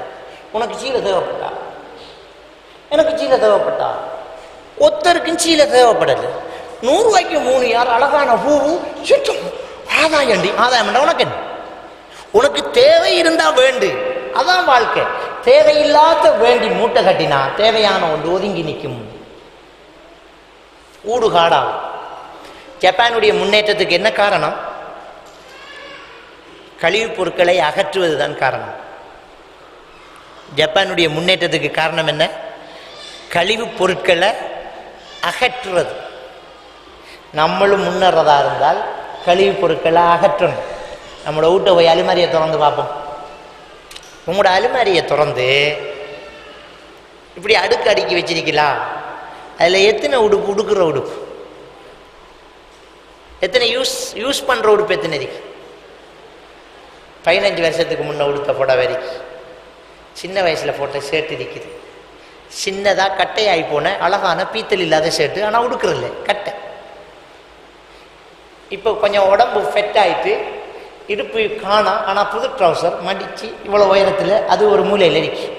அலுமாரி நிறைய இருக்கிற உடுப்பில் ஒரு 4-5 உடுப்பு தான் நீங்கள் யூஸ் பண்ணுற உடுப்பு, மற்றது எல்லாமே இருக்கு. எதுக்கு? என்னத்துக்கு? இப்போ என்ன நடக்குது? உங்களோட அந்த 4 உடுப்பில் ஒரு உடுப்பு எடுக்கிறதுக்கு 25 நிமிஷம் உங்களுக்கு தேவைப்படுது. இதெல்லாம் நான் வச்சேன் ட்ரௌசரை தேவையில்லாத நான் கிளப்புறேன். இதை கிளப்பி அதை கிளப்பி இதை கிளப்பி இந்த கதவை திறந்து அதை கிளப்பி அதை கிளப்பி என்னது இந்த 25 நிமிஷம் உனக்கு வேஸ்ட்டாக இல்லையா? இந்த யூஸ் பண்ணாத உடுப்பை எடுத்து அளவு உள்ளவனுக்கு தர்மம் செய், இல்லாட்டி ஒரு பார்சலை கட்டி வீட்டுக்கு முன்னுக்கு வை. ஜப்பானில் அப்படி தான் செய்வான். அவனுக்கு தேவையில்லாத உடுப்பு, இந்த உடுப்பை இனி நான் உடுக்க இயலாது, இது ஃபேஷன் இல்லை அல்லது மங்கி போச்சு எனக்கு காணாது, இதை வீட்டுக்கு வச்சு இடத்த பிரச்சனையாக்கவில்லை. இடம் சரியா இருக்கணும். அதை என்ன செய்வான்டா, உண்டு டஸ்ட்பின்ல போட்டு எறிவான் அல்லது கட்டி போட்டு கிஃப்ட் ஃபார் ஹிமன் முன்னுக்கு எழுதி விட்டுருவான். கிஃப்ட் ஃபார் யூ விரும்பினவன் பெறுவான், தேவைப்பட்டவன் தூக்கிட்டு போவான், தேவையில்லாதவன் இருப்பான், மெஷின் வரும் அள்ளி போட்டுக்கிட்டு அவன் போய்த்து. இப்போ உங்களோட அலுமாரியில் 5 உடுப்பு தனிக்கும், 25 நிமிஷம் தேவையில்லை, ஒரே செகண்ட்ல திறந்தாச்சு எடுத்தாச்சு, அவன் போயிட்டுருக்கான். இயந்திர வாழ்க்கை வாழ்ந்துட்டு இருக்கிறான். தேவையில்லாத சாமான அகற்றுங்க, உங்களுக்கு முன்னேற்றம் கிடைக்கும். தேங்காய் வெண்ண கலர், மீண்டின்னு கூட செட்டின்னு, தயிர் வாங்கின போத்தல், தயிர் வாங்கின மண் சட்டி, டூத் பேஸ்ட் நெய்ச்சி விட்ட முடிஞ்ச அந்த நெய்ஞ்சது அதையும் தூக்கி அறிய விருப்பம் இல்லை, அதுவும் பாத்ரூமுக்கு ஒரு குப்பை, ஷம்பு நெய்ச்ச பேப்பர் எல்லாம் அங்கே பாத்ரூம் உள்ள குப்பை, உடுப்பு காணாத உடுப்பு, கிழிஞ்ச உடுப்பு, அந்த உடுப்பு, இது ஊடு காடா இருக்கு. ஊடு காடா இருந்தா ஒன்று அழகில்லை, இன்னொன்று அது இன்ஃபெக்ஷன் ஆக்குது, நோய் கிருமிகளை கொண்டு வருது. அடுத்தது உங்களுக்குரிய சாமான உரிய நேரத்தில் எடுக்க இல்லாமல் டைம் வேஸ்ட் ஆகுது. இன்னொன்று உங்களுக்கு டென்ஷன் ஆகுது, அந்த இடத்த பார்த்து டென்ஷன் வரும். எப்போவுமே ஒரு இடம் நீட்டாக நல்லா இருந்தால் ரிலாக்ஸாக அழகாக இருக்கலாம். நீங்கள் படிக்கிற ரூம், ஸ்டூடெண்ட்ஸ் இருக்கிறீங்க, நீங்கள் படிக்கிற ரூமில் உங்களோட புக் ஒழுங்காக நீட்டாக இருந்து, நீங்கள் படிக்கிற மேசையில் படிக்க வேண்டிய நோட் புக் மட்டும் இருந்தால் உங்களுக்கு படிக்கிற மூடு வரும். இதில் 4-5 கொப்பி குமிஞ்சி அதில் ஒரு 7-8 புத்தகம் அப்படியே அடைஞ்சி விரித்து உர கிழிஞ்சி கையெழுத்து கூடி கீறுப்பட்டு நீட்டில்லாத எழுத்தோட உங்களோட படிக்கிற ரூமை வச்சிங்கடா, நீங்கள் மார்க்ஸ் எடுக்கவும் முடியாது, உங்களால் படிக்கவும் முடியாது, ஹோம்ஒர்க் செய்ய முடியாது. நீட்டாக இருக்கும். அப்போ ஜப்பான்காரனுடைய முன்னேற்றத்துக்கு காரணமாக. அப்போ ஆடம்பரம் கூட, அந்த போன் இந்த போனது இது சொல்லி குமிச்சு குமிச்சு குமிச்சு குமிச்சு வச்சுக்கோம். செலவுகள் கூட, ஸ்ட்ரெஸ் கூடுது. இப்போ பொண்டாட்டியும் புருஷனை உட்காந்து யோசிப்பாங்க, நமக்கு இப்போ காணாது இந்த வருமானத்தில் நாம் எப்படி பொம்பளை பிள்ளை நான் பிறந்துட்டு நான் ஒரு பிள்ளை வகுத்தில் ரெண்டு இனி இவ தான் ஸ்டார்ட் பண்ணோம். அவ்வளோதான். நகை பொலிசி வேண்டி கெட்டதும் அவ்வளோதான், டை வேண்டி கெட்டதும் அவ்வளோதான், ஃபேர் லவ்லி வேண்டி கெட்டதும் அவ்வளோதான். நான் கருப்பு வெள்ளையாகிறதுக்கு ஒரு மருந்து தாங்க, அந்த மருந்துக்கு 500 ரூபா 10 நாளைக்கு உண்டு, 30 நாளைக்கு 3, 1500 ரூபா மாதம். நீ வெள்ளையாய் யாரை கல்யாணம் பண்ண போறாய்? நீ தான் கல்யாணம் பண்ணிட்டியே. அவன் என்ன தேவையில்லைண்டா, நீ கருப்பு உன்ன தேவையில்லைன்னு சொன்னா இல்லையே. இப்போ ஆருக்கு அலங்காரம் யோசிக்க மாட்டேங்கிறாங்க. வீட்டறிக்கக்குள்ள அலங்காரத்தை காணல. ஒரு பொம்பளை எப்படி இருக்கணும், புருஷன் பக்கத்தில் இருக்கக்குள்ள நல்லா உடுத்துட்டு மனம் இல்லாமல் நாத்தம் இல்லாமல் நல்லா உடுத்துக்கிட்டு நீட்டாக உடுத்துக்கிட்டு இருக்கும். இன்றைக்கு என்ன நடக்குது, வீட்டில் இருக்கக்கூட பழசு கிழிஞ்சி தச்சது, சாயம் போனது, தலை சீவுறல்ல, பவுடர் பூசுறல்ல, சென்ட் அடிக்கிறல்ல, குதிகாலில் ஊத்தரிக்கும் வீட்டு. ஆனால் வெளியே போகும்போது சும்மா அப்படியே ஒரு நடிகை போகிற மாதிரி போகிறோம்.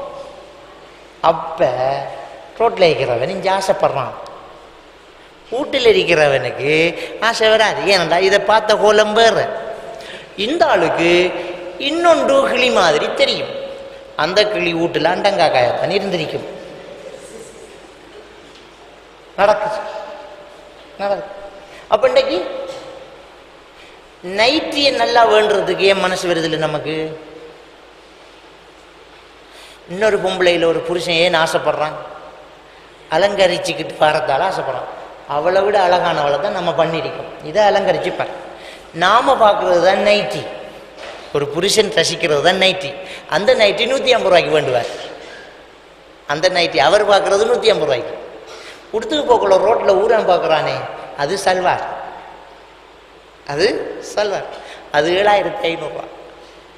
உனக்கு கொடுத்த மரியாதை இதானா? நீ நாம் என்ன சொன்னா, வெளியே பார்க்கறதுக்கு ஒரு கருப்பு கோட், உள்ளுக்கு நீ ரசிக்கிறதுக்கு எவ்வளோ ஃபேஷனாக எவ்வளோ அழகாக உடுக்கலாமா அந்த சோட்டி அந்த நைட்டி. வீட்டில் இருக்கிற ட்ரெஸ்ஸு, ஜீன்ஸு பேண்ட் போடுறா போடு, டிஷர்ட் போடுறா போடு. நீ உன்னுடைய மனைவியை அழகாக ரசித்து அனுபவி. குடும்பத்துக்கு சிக்கல் வராது. இதுக்கெல்லாம் ஆடம்பரம் பார்ப்பாங்க. ஆடம்பரம் நைட்டி 2000 ரூபா வேணாம். டேய் 2000 ரூபாய்க்கு வேண்டி கொடு, அப்போ தான் நீங்கள் சந்தோஷமாக இருக்கலாம். இது ஆடம்பரம் இல்லை, இது அனுபவிக்கிறது. ஆனால் நீ இன்னொருத்தன் அனுபவிக்கிறதுக்கு ஆடம்பரம் பார்க்க. இந்த வீட்டை கட்டுறோம், இப்படி கட்டுறதா இருந்தால் மேஷன் கூலி கேட்கான் 2000 ரூபா. அதை அப்படி உருட்டி கட்டினால் 15,000 ரூபா. எப்படி கட்டினாலும் அதுக்குள்ளால ஒரு ஆள் தான் போவார். எதுக்கு இது? எதுக்கு? ஒரு பல்பு கட்டி தொங்க விடுவாங்க சில பள்ளியில், இது தௌஹீது பள்ளி ஆகி. அந்த பல்பு 75,000 ரூபா, 1 லட்சம் ரூபா, 1.5 லட்சம் ரூபா தலையில் கலண்டு விழுந்தா அவ்வளவுதான் அந்த பல்பு. எதுக்கு? அந்த பல்பு தர வெளிச்சத்தை இந்த பல்பு தராதா? எதுக்கு ஆடம்பரம்? பள்ளி வாசலில் மனோரா கட்டி செலவழிக்கிறாங்க. ஆடம்பரம் ஹராம். உமர் அலி அல்லாஹு தஆலாவுடைய காலத்தில் ஒரு பள்ளி வாசல் தூணை பூசிக்கிட்டு இருக்கும்போது சொன்னாங்க, இந்த தூணை விட ஏழையர்கள் ரொம்ப தேவையுள்ளவர்கள் இருந்தாங்க. இந்த பள்ளிவாசல் தூணை விட தேவையுள்ளவர்கள் ஏழையர்கள் இருக்கிறாங்க அப்படின்னு. அப்போ ஆடம்பரம் பள்ளிக்குள்ளேயும் வேணாம். கியாமத்து நாளின் அலங்காரங்கள், சுவர்களை சீலைகளை போன்று அலங்கரிப்பார்கள் என்று. இன்றைக்கு சீலைகளை போட்டே அலங்கரிக்கிறான். எனவே இது அலங்காரங்கள், ஆடம்பரங்கள் நம்முடைய நிம்மதியை இழந்து. அப்போ பொண்டாட்டி புருஷன் இருந்து பட்ஜெட் பண்ணுவாங்க, செலவு கூட. என்ன செய்ய? வெளிநாட்டுக்கு போங்க. என்ன செய்ய? வெளிநாட்டுக்கு போய் 2 வருஷம் கண்ணை பற்றிக்கிட்டு நானும் மிதிக்க நீங்களும் மிதிங்க, டெலிஃபோன் ஸ்கைப் எல்லாம் மிதிக்கத்தானே, நம்ம நெட்டில் முகத்தை பார்த்து பேசிக்குவோம், தங்கம் அல்லாவுக்காக பிரியும் போங்கன்னு சொல்லி 2 வருஷம் அனுப்பிவிட்ருவாங்க. சொல்லக்கொள்ள லேசாக தானே இருக்கும். போய் ஒரு 4-5 மாதம் போகக்கொள்ள நாம் தானே போச்சுன்னா கூப்பிடலாமான்னு யோசிக்கும் இந்த பிள்ளை. அவரும் என்னமோ நாமளும் சண்டித்தனமாக வந்துட்டோம், போய்க்கலாமா, அரபி விசா தருவானா தெரிய மாட்டான். டெலிஃபோன்லேயே தொடர்பாக இருப்பான். இப்படி எத்தனையோ பேர் வாழ்ந்துக்கிட்டு தன்னுடைய ஆசைகளை அடகு வச்சுட்டு இருக்கிறாங்க. சிலர் விதி விளையாடி ஏன்னா 5 காவலிகள் இருக்கிறாங்க. எவன் வீட்டில் புருஷன் இல்லையோ அந்த வீட்டுக்கு மிஸ் கால் பண்ணுறதும், ராங் நம்பர் கால் எடுக்கிறதும், அந்த வீட்டுக்கு கதவை தட்டுறதும், இப்படி எடுப்பு. கடைசி அந்த ஆள் ஃபோன் எடுக்கக்குள்ள அந்த ஃபோனில் ஒரு புள்ளை செல்லும், நீங்கள் அழைத்த நபர் வேறு ஒரு தொடர்பில் உள்ளார். உண்மையா சொல்லுவாள் அவள். அதோட முடிஞ்சு கதை. குடும்பங்கள் பிரியுது. அப்போ ஒரு ஆடம்பரத்துக்கு லிஸ்ட்டு போட்டு புருஷன் வெளிநாட்டுக்கு போய் முடிஞ்சு இருக்கிற ஊடுவளவை விற்று ஆஸ்திரேலியா போகிறதுக்கு ஆசைப்பட்டு 25 லட்சத்தை கப்பக்காரனை கொடுத்து இடையில போட்டு ஹாங்காங்கில் பிடிபட்டு அவன் ஜெயிலில் வச்சு தண்ணியில் தாண்டு உள்ள மௌத்தாகி தப்பி பதறி வீட்டை கொண்டாந்து இறக்கி விட்டா இருக்கிறது கூடும் இல்லை, வளவும் இல்லை. எதுக்கு இந்த ஆடம்பரம்? எதுக்கு போக பார்த்த நீ? நான் வெளிநாட்டுக்கு போகிறாங்க என்ன? எதுக்கு போகிறாங்க? திங்கச்சோறு இல்லாமையா? வெளிநாட்டுக்கு போகிறதுக்கு கொடுக்குறதுக்கு 1.5 லட்சம் ரூபா இருக்கு இல்லைவா? 1.5 லட்சம் ரூபா இருக்குது தானே. அந்த 1.5 லட்சம் ரூபா வெளிநாட்டுக்கு போகிறதுக்கு கொடுக்குறதுக்கு வச்சுக்கிட்டே வெளிநாட்டுக்கு போகிறதுக்கு ஏன்னு ஆசைப்பட்டேன்டா? ஆடம்பரத்துக்கு தான். வீடு கட்டணும், மாடி கட்டணும், நல்ல ஒரு கார் வேண்டணும் என்றதுக்கு தானே போக துவங்கினேன். இந்த 1.5 லட்சம் ரூபா இருந்தா எவ்வளோ பேர் வாழ்ந்துட்டு போவான் தெரியுமா? மீனை வேண்டி ஊருக்கு விற்கிறவன்கிட்ட இந்த 1.5 லட்சம் ரூபா காட்டி என்ன செய்யலாம்ட்டு கேட்டுப்பார். டே தாடா 4 குடும்பத்துக்கு சோறு கொடுப்பேன் அப்படியம்மா. அந்த 1.5 லட்சம் ரூபா அவனுக்கிட்ட இருந்தா. ஏன் நம்ம புரிய மாட்டேங்கிறோம்? நமக்குள்ள நிறைய சக்திகள் இருக்குது, நமக்குள்ள நிறைய பலம் இருக்குது. அந்த பலத்தை நம்ம பயன்படுத்துகிறோம் இல்லை. ஒரே ஒரு விஷயத்தை நான் சொல்லி முடிச்சுக்கிறேன். அல்லாஹ் தஆலா திருக்குர்ஆனில் சொல்கிறான், அம்மா பின்னிஅமத்தி ரப்பிக ஃபஹத்திஸ். அல்லாஹ் உனக்கு செஞ்ச அருட்படைய வெளியில் பேசுங்கிறான். அல்லாஹ் உனக்கு செஞ்ச அருட்படைய வெளியில் பேசுங்கிறான். நம்ம ஆடம்பரத்துக்கு ஆசைப்படுறோம், அல்லாவை மறந்துட்டோம். 2வது, நம்ம வாயில் நல்ல வார்த்தைகள் வாரதே இல்லை. நம்மகிட்ட இருக்கிற பாசிட்டிவான விஷயங்கள் நமக்கு தெரியறது. எப்போ நெகட்டிவ் இருக்குதோ அதான் பேசுகிறோம். ஒருத்தனுக்கிட்ட இருக்கிற பிரச்சனைகள், கஷ்டங்கள், இழப்புக்கள் லிஸ்ட்டு போட்டு பாருங்க. ஒரு 10க்குள்ள முடியும். ஒருத்தன் பிரச்சனை. ஆனால் ஒருத்தன்ட்ட இருக்கிற அருளை கணக்கு போட்டு பாருங்க. அவன் கண்ணு பார்க்குது, மூக்கு சுவாசிக்குது, தோல் உணருது, வயிற்றுல செமிக்குது, என்ன தலை அசையுது, விரல் நல்லா பிடிக்குது, நல்லா சிரிப்பு வருது, இருக்கிறதுக்கு வீடு இருக்குது, சொல்கிறதுக்கு தாய் தகப்பன் இருக்காங்க, வாழ்கிறதுக்கு மனைவி இருக்கு, பிள்ளை இருக்கு, உறவு இருக்கு, நிலம் இருக்கு, என்ன உடம்புல எல்லா உணர்வுகளும் இருக்குது. இப்படி என் லிஸ்ட்டை போட்டு போனால் முடியாதுங்க. உட்கார்ந்து ஒரு நாள் முடிஞ்சு நாளைக்கு வர மிச்சத்துக்குன்னு சொல்கிற அளவுக்கு நமக்கு நல்லா அருள் தந்திக்கலாம். தந்துட்டு அல்லாஹ் என்ன சொல்கிறான்டா, அம்மா பி நிஅமத்தி ரப்பிக்க ஃபஹத்திஸ், அல்லாஹ் உனக்கு தந்த அருளை பேசுங்கிறான். நம்ம அதை மட்டும் பேசுறதில்லை. எப்போவாச்சும் நம்ம அல்லாஹ்வுக்கு நன்றி செலுத்திக்கிறோமா, அல்ஹம்துலில்லாஹ் எனக்கு நல்ல கண்ணை தந்திருக்கிறா யா அல்லாஹ், எனக்கு நல்ல மூக்கு இருக்குது யா அல்லாஹ், எனக்கு நல்ல நாக்கு இருக்குது யா அல்லாஹ், நான் நல்லா எச்சி துப்புறேன், நல்லா யூரின் போகுது, நான் நல்லா சாப்பிட்றேன், எனக்கு நல்லா செமிக்குது, எனக்கு தங்குறதுக்கு ஒரு கூரை இருக்குது, போத்திக்கிறதுக்கு ஒரு பெட்ஷீட் இருக்குது, உறவு என்று சொல்லிக்கிறதுக்கு ஒரு உறவு இருக்குது, நண்பர் என்று சொல்கிறதுக்கு ஒரு நண்பர் இருக்குது, எனக்கு ஏதாவது ஒன்றுன்னா வந்து பார்க்குறதுக்கு ஒரு சிநேகிதம் இருக்குது, எம்புட்டு இருக்குது யா அல்லாஹ் அல்ஹம்துலில்லாஹ் என்று எப்போவாச்சும் உட்காந்து நன்றி செலுத்திக்கிறோமா? இல்லை. ஆனால் நம்ம பேசுகிறதெல்லாம் என்ன வாழ்க்கை இது, என்ன வீடு இது, நல்லா இருக்குது வீடு, என்ன வீடு, எப்படிப்பா இருக்கு, சோமா இருக்கியான்னு கேட்ட உடனே மாதிரியாக கிடக்கும், நாக்க புழுங்கிட்டு சாகணும் போல இருக்கு, என்ன நாடு, என்ன உலகம், என்ன அரசியல், எல்லாம் விலையும் கூடிக்கிட்டு அதுக்கு தாண்ட இலங்கையில் பிறந்தோமோ, நீங்கள் எப்படி இருக்கீங்க எம்புட்டு சொல்லி முடிக்கிறான். ஏண்டா நல்லா இருக்கிறையான்னு கேட்டால் நல்லா இருக்கேன்னு சொல்கிறதுக்கு என்ன பஞ்சமங்கிற இந்த நாக்கில் இருக்கு வார்த்தை. இங்கிலீஷில் கேட்டுப்பேன், how are you, I am fine thank you, என்னடா அதுக்கு மட்டும் நல்லா இருக்குது. அதே ஆளுக்கிட்ட ஃபெஸ்ட்டுக்கு ஒருத்தனை விடுங்க, ஒரு ஆளுக்கிட்ட தமிழால் கேட்டுட்டு வா, எப்படிப்பா நல்லா இருக்கிறியா, என்ன நல்லா இருக்கிறாரு. நேற்று தான் ஒரு கடங்காரன் வந்து கத்திக்கிட்டு போகிறான், நல்லா இருக்கிறதா நல்லா அப்படின்ட்டு புலம்புவான். அதே ஆளுக்கிட்ட நீ போய் how are you, I am fine thank you, என்னடா என்ன பாஷையிலேயே ஒரு பிரச்சனை. அரபுல கேட்டு பாருங்க, கைஃப ஹாலுக், ஹைர் அல்ஹம்துலில்லாஹ். அரபியாவது வேற வார்த்தை சொல்கிறான் நான் பாருங்க. அந்த லாங்குவேஜுக்கு ஒரு ஸ்டைல் இருக்குது. இந்த பலா போன தமிழ் என்ன பாடுபடுத்துது தெரியுமா? இந்த லாங்குவேஜுக்கு ஒரு கலாச்சாரம் இருக்குது. லாங்குவேஜ் கலாச்சாரம்டா என்ன? நல்ல ஒரு சமூகம் என்ன பாஷை பேசியதோ அந்த பாஷையில் நல்ல பண்பு இருக்கும். நாம் பேசுகிற தமிழ் நல்ல கலாச்சாரம் உள்ளால் பேசினதில்லை. இஸ்லாமிய கலாச்சாரத்தில் விரல் இந்த தமிழ். அரபு வந்திருக்குது. கைஃப ஹாலுக்கு என்று கேட்டு பாருங்க. ஹாஸ்பிட்டலில் படுக்கிறவன் கூட ஹைர் அல்ஹம்துலில்லாஹ் அல்யோம் ஹைரும் மினல், நாளைய விட இன்றைக்கு நல்லம், நேற்றைய விட இன்றைக்கு நல்லம், நேற்றை விட ஹைர் மினல் அம்ஸ், நேற்றை விட இன்றைக்கு நல்லா இருக்கணும். நம்ம தமிழாக கேட்டு பாருங்க, ஹாஸ்பிட்டலில் படுக்கிறான்ட்ட எப்படிப்பா சோமா இருக்கேன், சோமா இருந்தால் இங்கே ஏன் வந்து படுக்கிறான்டா நாய். ஏண்டா நேற்றை விட இன்றைக்கு பரவாயில்ல, இன்றைக்கு கொஞ்சம் நிமிர்ந்து உட்கார முடியுதுன்னு சொல்லலாம் இல்லை? சொல்லலாமா இல்லையா? வாயில் இருக்கு வார்த்தை, நல்ல வார்த்தை சொல்கிறோம் இல்லையே. எப்போ பார்த்தாலும் நெகட்டிவ் தாட்ஸ்.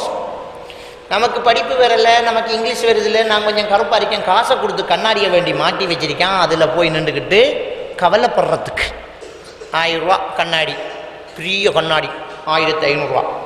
காலையில் எழும்பி போயிட்டு முதல் கண்ணாடிக்கு முன்னால் நின்றுக்கிட்டு இப்படி தான் நல்லா இருக்கு, கண்ணை வளைச்சி கருப்பு உதடு, இந்த மூக்கு கொஞ்சம் எடுப்பாக இருந்தால் என்ன அழகு பார்த்து இப்படி பார்த்து நாமளும் தான் இருக்கோம், வளரலையே, அல்லது நமக்கு கொழுப்பாக இருக்குதே, நம்மளும் தான் இருக்கோம். இப்படியே உடம்புல குறைய பார்த்து பார்த்து காலையிலேயே கவலைப்பட்டுட்டு தான் வெளியில் போகிறான். ஏன்டா சந்தோஷப்பட வேணாமா? எப்போவுமே நெகட்டிவ் தாட்ஸ் வர வர மனசில் இறுக்கம் கூடும், ஸ்ட்ரெஸ் கூடும். ஸ்ட்ரெஸ் கூடினால் சந்தோஷம் குறையும், சந்தோஷம் கூடினால் உங்களுடைய முயற்சி குன்றும், ஆற்றல் குறையும், உங்களால் சாதிக்க முடியாது. ஒருத்தன் சாதிக்கணும் என்றால் முதல்ல அவன் சந்தோஷமாக இருக்கணும். அவன் சிரிச்சுக்கிட்டு போனால் தான் சாதிக்கலாம், மனசு நிறைஞ்ச சந்தோஷம். அவன் கவலைப்பட்டுக்கு போனவனுக்கு வேகமாக ஓட முடியுமா?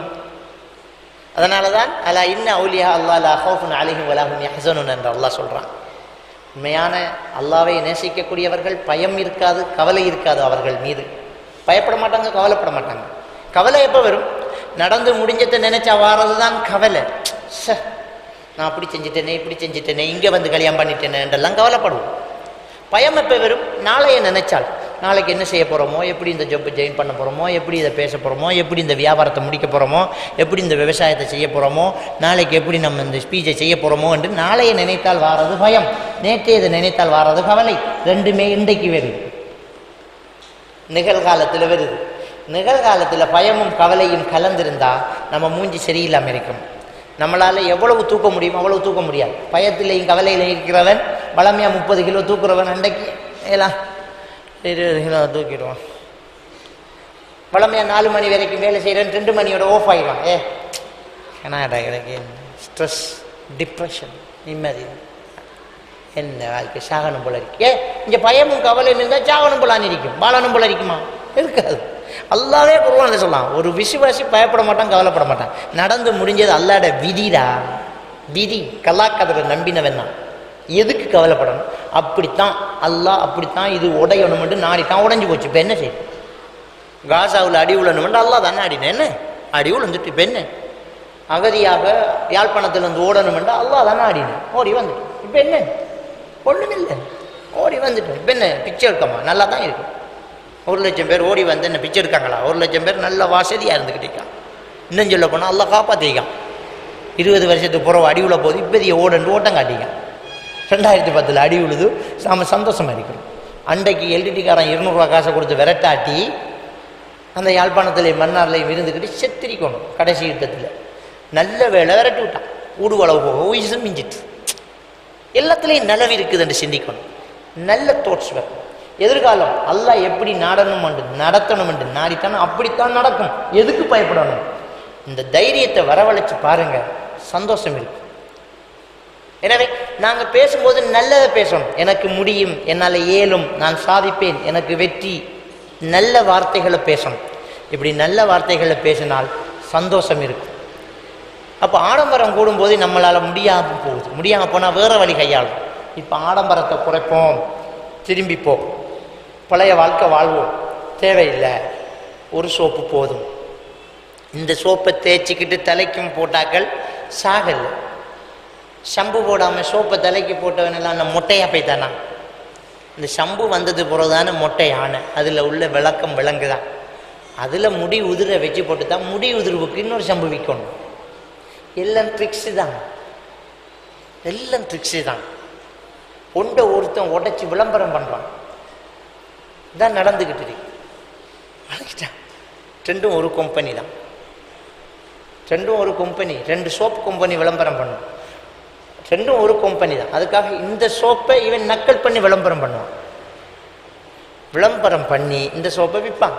இது கொமர்ஸ் படித்தவங்களுக்கு தெரியும், வியாபார தந்திரங்கள். ஒரே ப்ராடக்ட் 2 பேரில் வரும், 2 பேரில் வரும்.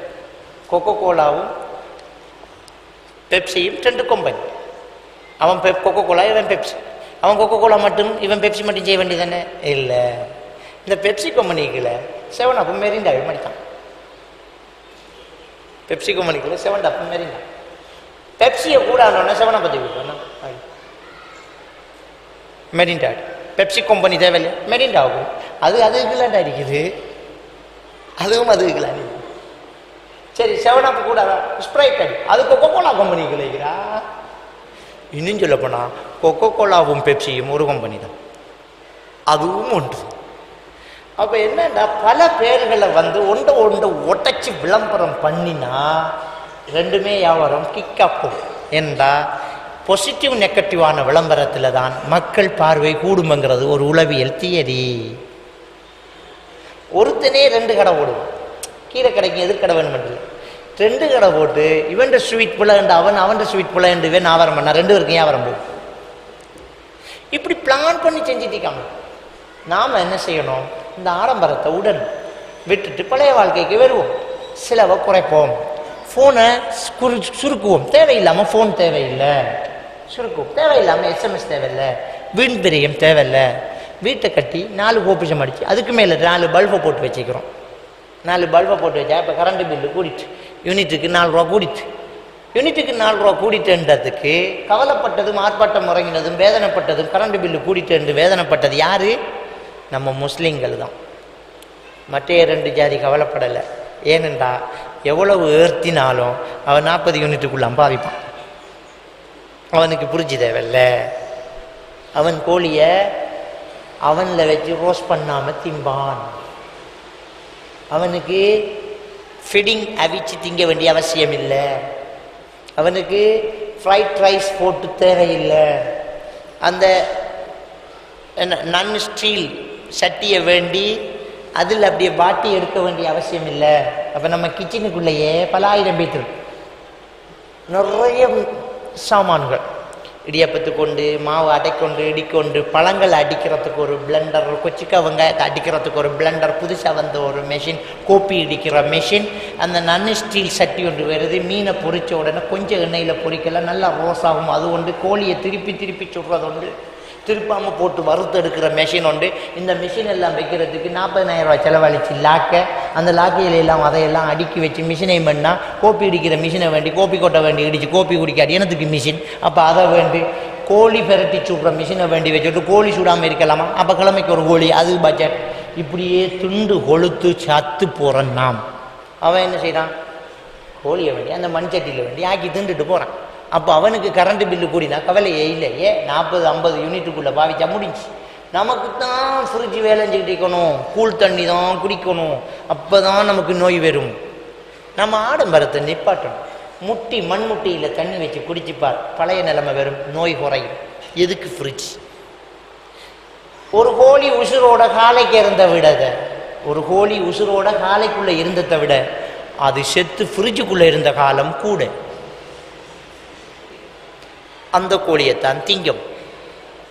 அப்போ எவ்வளோ இன்ஃபெக்ஷன் ஆக்கியிருக்கு, எவ்வளோ இன்ஃபெக்ஷன், அதில் எவ்வளவு நோய் சிந்திச்சு பாருங்க. ஸோ ஆடம்பரங்கள் கூட கூட நோய் கூடும், செலவு கூடும், நிம்மதி குறையும். ஆடம்பரத்தை குறைச்சிப்பார், நேரம் மிச்சம். இப்போ இஸ்லாம் நம்மளோட கையில் இருக்கு. இஸ்லாத்தை நம்மளால் படிக்க முடியும், ஒரு பயான் கேட்க முடியும், குர்ஆன் எடுத்து ஓத நேரம் இருக்குது, ஹதீஸ் பாடமாக்க நேரம் இருக்குது, மார்க்க சட்டங்கள் நேரம் இருக்குது. எனவே இந்த சடவாத கொள்கை தான் ஆடம்பரம். ஆடம்பரத்தை தூக்கி எறிந்தால் சடவாதம் கடவுள்வாதமாகும். கடவுளை நம்புவோம், இறைவனை நேசிப்போம், இறைவனுடைய தூதரை நேசிப்போம், குர்ஆன் ஹதீஸுடைய வாழ்க்கை நமக்குள்ள வரும். செலவு மிச்சம், நிம்மதியான வாழ்க்கை, மறுமையும் நிம்மதியாக இருக்கும். எல்லாம் வல்ல அல்லாஹ்வுக்கு சுப்ஹானஹு வ தஆலா நம் அனைவரையும் ஈமானோடு வாழ வைத்து ஈமானோடு மரணிக்க செய்வானாக. வ ஆகிரு தஅவானா அல்ஹம்துலில்லாஹி ரப்பில் ஆலமீன்.